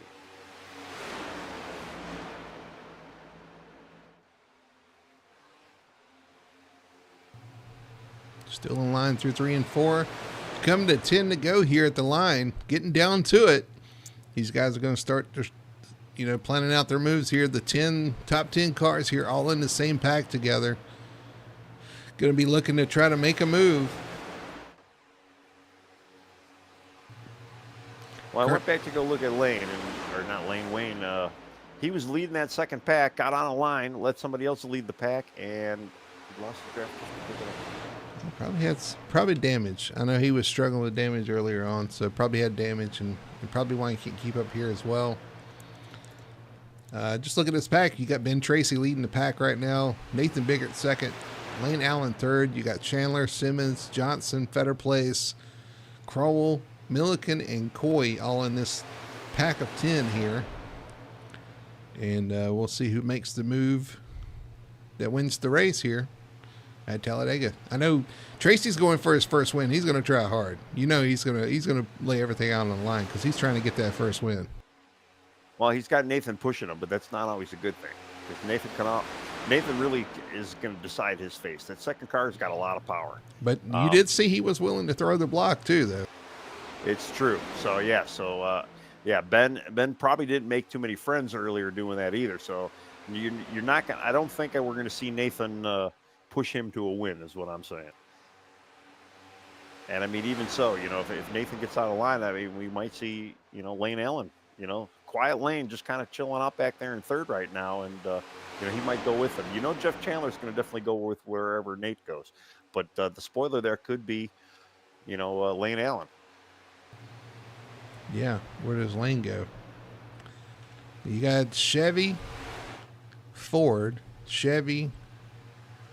I don't know if that's a Chevy 31 this week. I think so.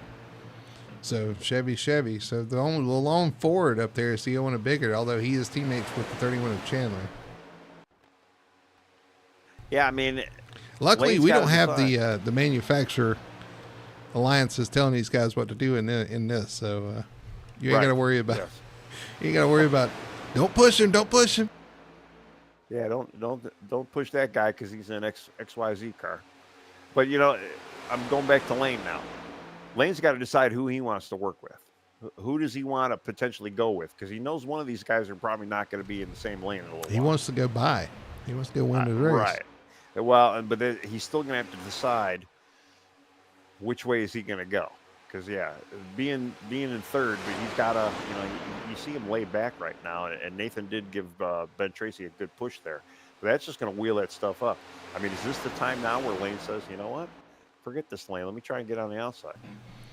Well, they're all going to accordion back together here down the straightaway, I thought. The 01's back on the 33, giving him another good push. 7 laps to go. We're getting down to it, Tony. Yeah, I'm trying to see too. Some of these guys laying back, you can almost see like they're testing how much of a run they're going to get.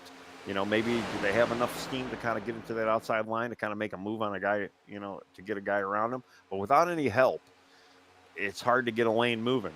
And the only one that can get a lane moving by himself is Lane. And that's only because of his name. I was going to say Lane could get a lane moving. Who's your horse? Who you think's got this one? Who you think's in the catbird seat right now? I like Ben Tracy right now. I think he's probably because he's in a good. Who do you think's going to win this race? I guess I should say. I'm gonna say it's gonna be Ben. and I just think that there's going to be a move made, and I just think it's going to be a failed move, or you're going to have somebody that's going to just close up to Ben towards the end and give Ben that push he needs. Whether it be Lane, whether it might be his teammate that's a few cars back. Something's going to happen. I'm going to go out on a limb. I'm going to say that Jeff Chandler wins this race because I think the L1 will make a move. The 33 will try to block. The 14 will fill a hole. And then the 01 still trying to get around. The 33 will move. They will wreck. And the 31 will have the momentum coming to the line, wins the race. That's my prediction. Yeah, it's definitely foreseeable. And I'm just kind of surprised now with the spacing we've got between Lane and Nathan right now. And there we go. Good night. Trying to get an outside line. And they have pulled away up front, but that's going to allow. Who's that on the outside? Simmons. Simmons with who's that? Joshua Johnson on the back. Johnson, yeah. And the 33 will move up to help those guys. Opens the door though for the 01 of Nathan Biggett. Now we've got the 2x2, 4 in each row, and that's actually kind of left out. Two of the cars back there, the 42 and the 19, have lost touch with this pack. Yeah. Whatever moves just happened, the two of them got caught sleeping back there, and they are they're getting walked away now. And I don't think they're going to have enough laps to even make it up on their own, unless there's a bobble up front. They are our new second pack, as small as it is. Richie's going to have to start pushing Kyle big time right now. Speaking of second pack, that third pack now, it was our second pack, is only 3.5 seconds back now. Well, they've been persistently doing what they have to do. Yeah, too little, too late, but they've made up a lot of time. We're coming never give up. Coming to 3 to go here at the line. 3 laps to go here at Talladega. It's starting to ramp up here. You got the 33 of Ben Tracy leading that outside lane with help from the 06 of Simmons, 2 teammates there. On the inside, you have the 01 of Biggert, the 14 of Lane Allen, and the 31 of Jeff Chandler on the inside.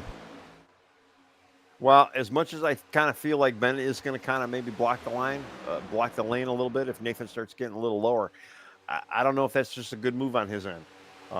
He needs to kind of persist and staying where he's at. Try to keep his teammate behind him to get that push to the win. I don't know if jockeying a lane down is going to really help him right now especially with his teammate right behind him. Here comes the 01, but here comes that second pack over Richie Coy and Kyle Milliken as well. In the background, you see those guys go around the 42 and the 19. Well, we were just saying, too, not too many laps ago that Richie can't get any worse. Well, unfortunately, it did. Well, that was an unexpected error that, I don't think any one of us could have called. 33. But now we got a 6-car pileup. 6-car pileup. Well, we got a 6-car in the back now. 8-car breakaway. 8-car breakaway, but you got 6 cars in the back lane now. Oh, so, yeah. Unfortunately, there's just not enough time for that group to catch. Now they're coming to the white flag, coming to 1 to go here. The outside lane to 33 of Tracy, but here comes the inside, the 01 of Biggert with the 14 of Lane Allen pushing him. They're going to be 2 wides. They come and see the white flag. 1 lap to go here at Talladega. It could be anybody's game right now. I mean, a bad move, a bad block. It doesn't look like the inside lane really has much of an option right now. The lane really just got to push Nathan. So get pushed down the straightaway, pushing for everything it's worth. 06 hole, pushing to 33. 33 sideways down the straightaway. Yeah, Daniel is rubbing that bumper clean off almost, just trying to get that run. Here he comes. Here comes the 01, holding tight down on the inside. Off of turn 4. Everybody lost their bumper. We got Josh Johnson on the outside right now. If Josh had a little help. 33's pulling down. He's got it. He's made the play. He is going to win here at Talladega. First win of the league, honestly, for the Ben Tracy. First time winner here at Talladega with the push from the 06 of Simmons. Nathan Bickert's going to come on 3rd, Lane Allen 4th, and Fetter place 5th. What a finish. Well, I called it. I kind of figured Ben was going to get the job done, and congratulations to him on his first win in the league, and long overdue. but he got it done tonight. Coming to the line, the 33 just cleared him. He cleared the 01, pulls down to cover that, and just brings him to the line. A little beating and banging coming to the line, and man, what a finish! Well, if you're gonna chop off a lane, that is the time and the place to do it. And Well, he had the space, had the shot, and gets his first win here at Talladega. Teammates finished 1-2. The 33 and the 06 worked so well all race together, able to make that outside lane work, and brings home the win. He's going to come down and do a little celebration here. That was a pretty fun, exciting little race we had. Fortunately, I had some network issues, and I got to miss the big one, but I'll definitely, I saw it on a small little phone. But Tony he missed the big one. That's good. That's usually a good thing, but that's not a good thing in broadcasting. That's not a good thing in broadcasting. And I guess thanks to Xfinity for getting my stuff back together quickly.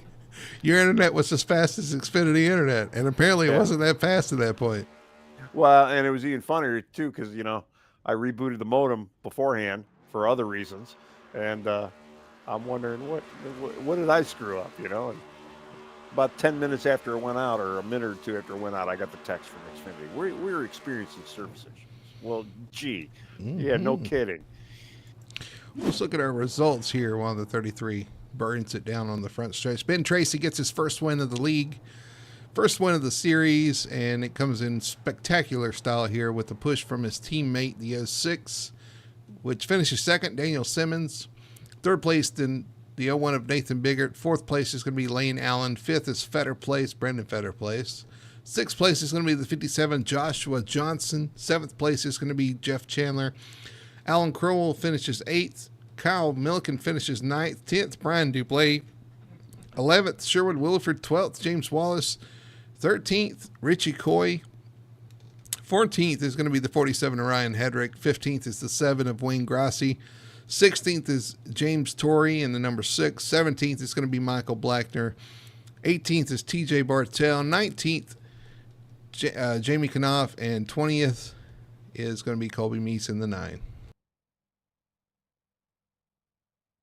Well, not a bad race overall. Definitely unfortunate for the opening lap carnage.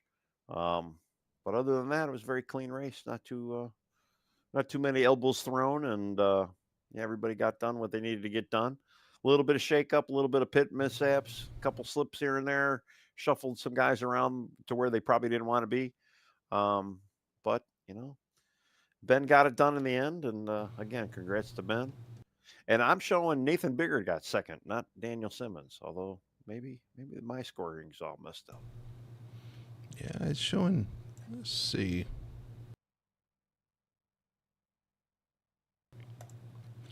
Super iRacing is saying it is showing Daniel Simmons in second. Unfortunately, iRacing timing is showing Nathan Biggert in third. Interesting. Really? That's what it's showing on yours? Well, in iRacing, I do see him as second, but on my timing screen, I see him in third in my other program. So interesting. Must have been really close. Yeah, weird. Well, it wasn't even that close. I'm looking at the results, and anyway. All right. Well, let's see if we can grab our third place finisher, wherever he may be. Let's kick him to the live broadcasting channel. Daniel Simmons, third place finish tonight, apparently. Hold on. Let me get him in the right spot here. Our third place finisher tonight is Z06 of Daniel Simmons. Daniel, congratulations on a solid night, man. You and the 33 worked all night together. Finally got that outside lane rolling when it mattered, and was able to push your teammate to the win there. Congratulations. Thank you. Just hate we lost Jamie right there on lap 1. That kind of split our team up pretty good, so I knew we had a long road ahead of us there, but it made it work. Yeah, absolutely. You guys did a great job. You and the 33 were pretty much inseparable. It seemed like all race you guys were working so well together there, able to kind of go where you wanted to go. How nervous were you though coming to that pit stop? You knew that pit stop was going to make or break your race pretty much. If things went wrong there, it was going to be tough to claw back. Yeah, it was. That's what I was telling Ben. 'Cause I think right before that, we kind of went up there and was running like first and second or second and third, and I was like, man, it's really ain't where we need to be because we don't know when them guys are going to pit. Like we need to pit when they do. So we kind of messed around, got shuffled back a little bit, and it kind of worked out in our favor. But yeah, Ben, man, he pushed me at Daytona and never left my side there. So I told him with about 10 to go, I was like, man, I'm gonna push you right here. Like we'll be back even after this race. So it all worked out pretty good. Well, Tony, I'm going to give it to you after this, but I did want to ask this question because I don't know if, did the playoffs cross your mind though? Because you could really have used the win to lock yourself in at that point. I don't think Ben's part of the playoffs. Did you think, oh man, I really would like to get this win so I don't have to worry about the Roval next week? Yeah, no, Ben, he's in a better spot than I am on the playoffs because I didn't get to run last week because I didn't have power. So it was a big deal. I was like, man, I just need to make it through this first stage, score a couple points, and then whatever happens, happens. So I think I got maybe sixth in the first stage, and then a third place right there. Yeah, I come out of Talladega pretty happy. So I was going to say, it's hopefully that got me off that cut line. Pretty good points cushion for sure, Tony. I'm going to let you take over here.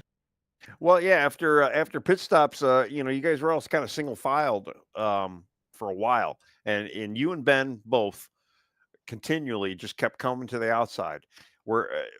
What was your thoughts there? I mean, you guys were the only two brave enough to try to make that second lane run, and I mean, obviously it paid off for you in the end. But I mean, did you like your car better on the outside, or just I don't know.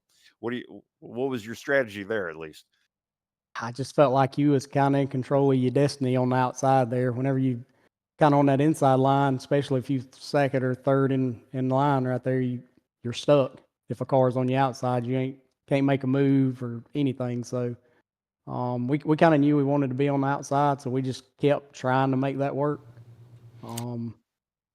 Whenever he took the lead right there, I think I was back about fifth. I knew I was going to have to get to the outside. Hopefully he could jump up and, I could give him a little boost right there. And I think we ended up having more cars on the outside line there with like 2 or 3 to go. So it all worked out fairly well, better than most Talladegas do. Well, you survived Talladega. That's one thing that you can say. And some of the other guys, including your teammate, weren't able to do there on that lap 1 incident, man. It's a tough race, and sometimes things go your way and sometimes they don't. Well, tonight, good points night for you. Looking forward to carrying that momentum into the Roval next week. But I'm going to hand you the mic, let you do your shout outs and your sponsor thanks, the mic source. Yeah, man, just got to thank my teammates Ben and Jamie, and like I say, I hate it for Jamie. Thank Team Connie for the sets, and then congrats to Ben. Well deserved. All right, there's your third place finish to tonight. The 06 of Daniel Simmons able to give the assist to the 33 of Tracy, who's able to win. And one guy that came up one spot short tonight, the 01 of Nathan Biggert, but a good solid points night as well here at Talladega. You survived, Nathan, which is more than some of the guys can say. Absolutely. That was the plan all night, was just to survive, try to save some fuel, have some, have a shot at the end. That's all you can ask for at a super speedway, is to be in the lead pack on the last lap, get the white flag, and then all bets are off after that. And everyone was respectful tonight.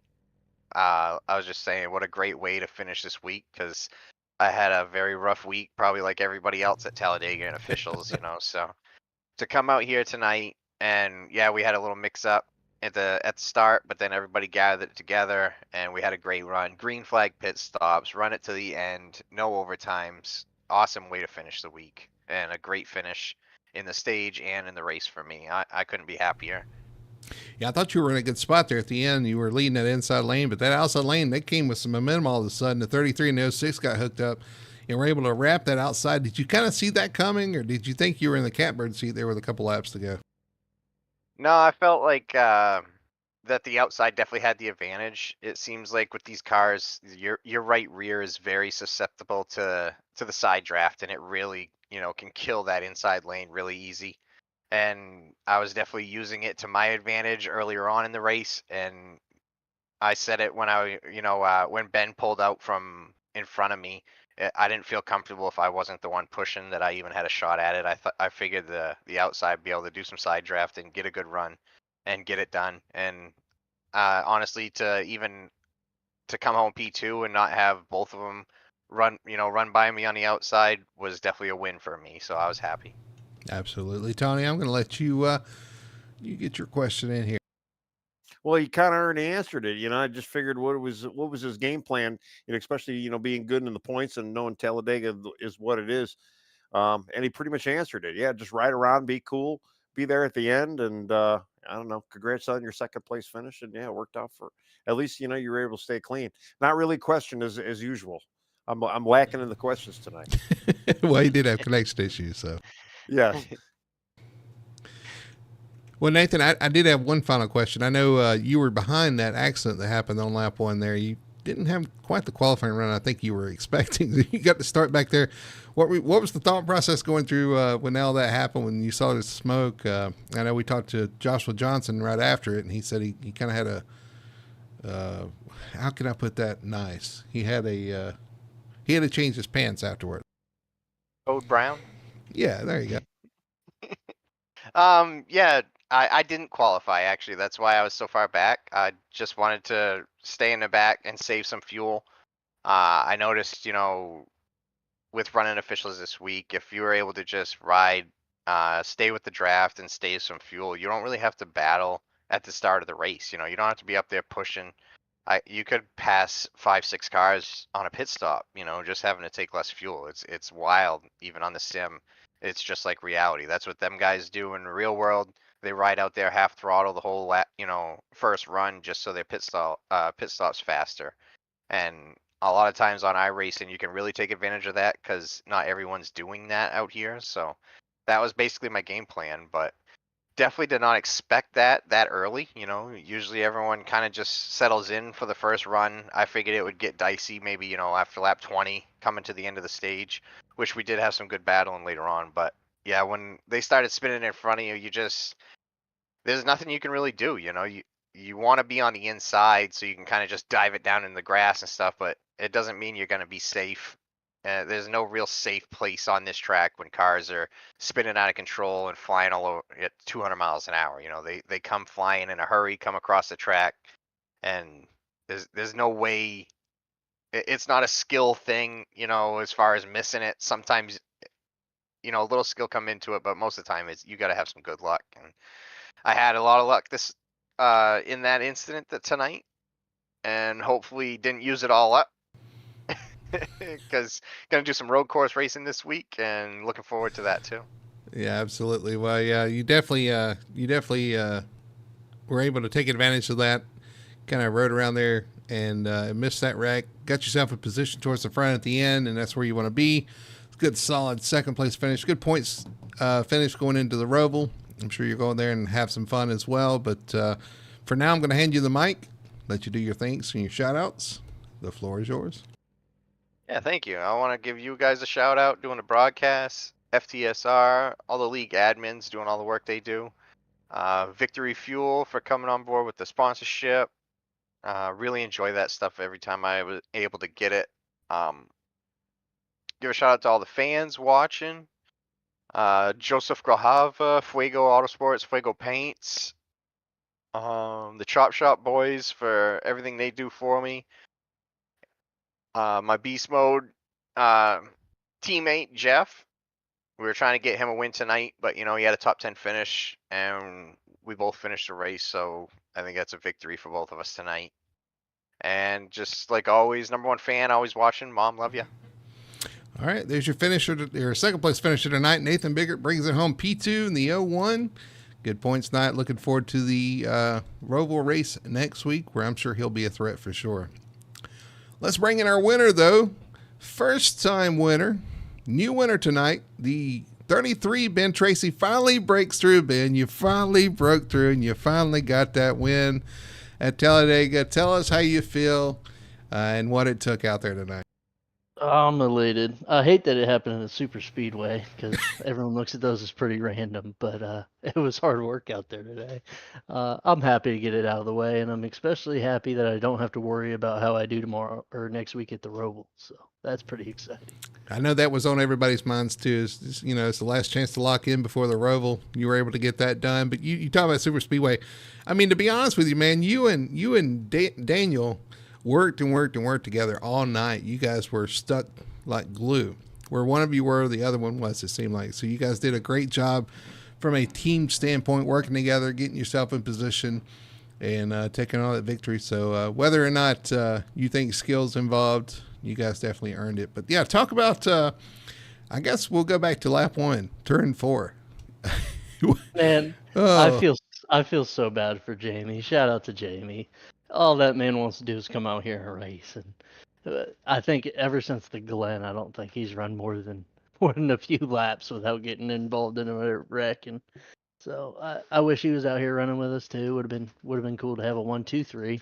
Would have had to have shunted Nathan out of here, but uh, yeah, it was a lot of teamwork between me and Daniel all night long, and that's what it takes out here. You gotta have friends, and just me and Daniel pushing each other. And then when it came down to us getting separated there at the end, I told Daniel, I said, "Hey, Nathan's gonna leave me out of 4, and I'm not gonna be able to do anything about it coming to the checkered." And I said, "You got to find a way to get that outside line working, and you got to be at the front of it." And he did just that, and he did a great job at it. And came with a great run, and I jumped up to the top there, and that was exactly where I wanted to be coming to the checkered. So shout out to Daniel as well. I mean, couldn't have done it without him. So. Well, as usual, I don't have a question, but I do want to say congratulations again, or at least for the first time now, for your first win. And you say, yeah, there's not a lot too involved in these plate tracks. You don't want it to be a plate track. You and Daniel, you guys worked together all night. You guys were making that outside line working when nobody else was working. It was working it. So you guys did exactly what you needed to do. You put yourself in position, and there's a lot of strategy and skill involved in some of these plate tracks, and you guys paid off. Even maybe a necessary or unnecessary block down to the inside or the outside lane, it just to do what you're doing out there. It does take a little strategy. So I mean, don't sell yourself too short on that one, because you guys both did a great job, especially with Jamie not being able to be in the picture to help you out too. So that's all. Congrats again, man. Good job. Appreciate it, guys. yeah. So I mean, going back to that again, with about 10, I said 10, 15 laps to go. I know you're thinking at that point, okay, what strategy? You touched on it about having Nate behind you, that you're going to have some help, because he's probably, he's not going to just follow you to the line like anybody would. So you start having that conversation, kind of walk us through that communication, because that's one thing a lot of people miss is it's a lot about communication between teammates and kind of getting a plan together and saying, okay, this is what we need to get, to the finish line first. Kind of walk us through the communication you and Daniel had there. Yeah, it was. We probably started that conversation with 10 or 12 to go, and just said, "Hey, we're all single file right now, and what order is everybody in? What teams is everyone associated with?" And I knew that Daniel was in 5th, I believe it was at the time, and then we had Nathan and Jeff, who were teammates between me and Daniel. And so I knew coming to the end there that Nathan would likely back off, cool his engine down, and then get that run out of 4, and then take that run to the outside. And Jeff would likely go with him with a run. And so that was just forward thinking, and thinking that we need to find a way to stop them from doing that, because the outside out of 4 is gonna have the momentum, especially if being the leader, everyone behind me leaves me.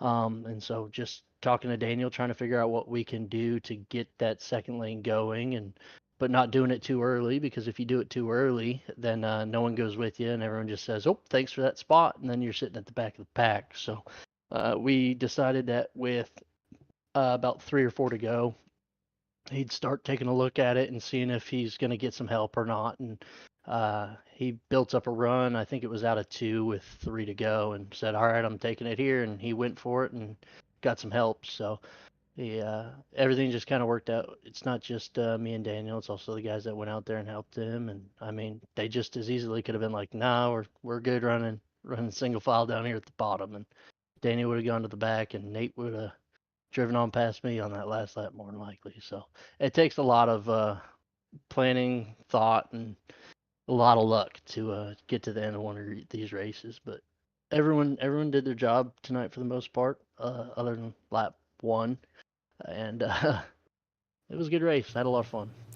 Well, we've seen so many times here at Talladega, the best laid plans sometimes can go by the wayside in a snap of a finger because, anything can happen here. One bad push, we saw it on lap 1.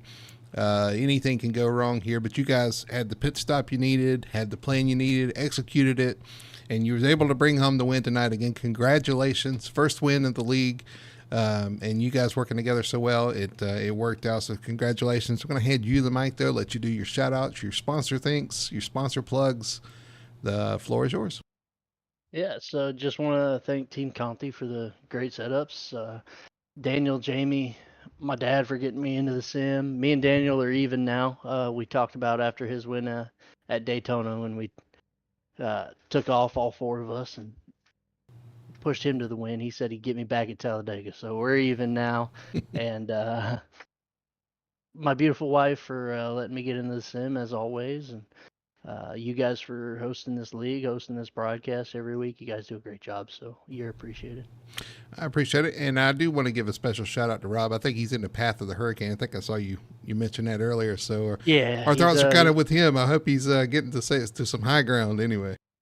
Yeah, he's got a city job, and they got a big old bunker of a building, so he'll be at work on call. My mom's going and staying with him at his work, so that's a pretty safe building. They'll be all right. It's just a lot of worry about property. That all can be replaced, and so just happy that they have a good place that they can go and be safe in. But yeah, thoughts are definitely with everyone that's in the path of that hurricane. It's looking pretty brutal. I think the last time I checked before the race started, it was officially the 4th strongest hurricane on record. So it's definitely no joke. Yep, absolutely. Shout out to Rob. Thoughts are with everybody. But Ben, congratulations here tonight. Taking home the win at Talladega. Win number 1, one of many we hope in the future. And again, congrats. Go enjoy that champagne. I hope so too. Thanks, guys. Winner tonight, Ben Tracy in the 33 takes home win number 1 at Talladega, the Talladega 250. Tony, it started out wild and wacky, but it was kind of what we expected there towards the end. Yeah, I mean, it did. It did kind of go as planned. Again, congrats to a lot of the guys out there. Everybody did a really good job. Kind of, even though they were being shuffled around, we still didn't see any goofy moves to, shuffle it even worse.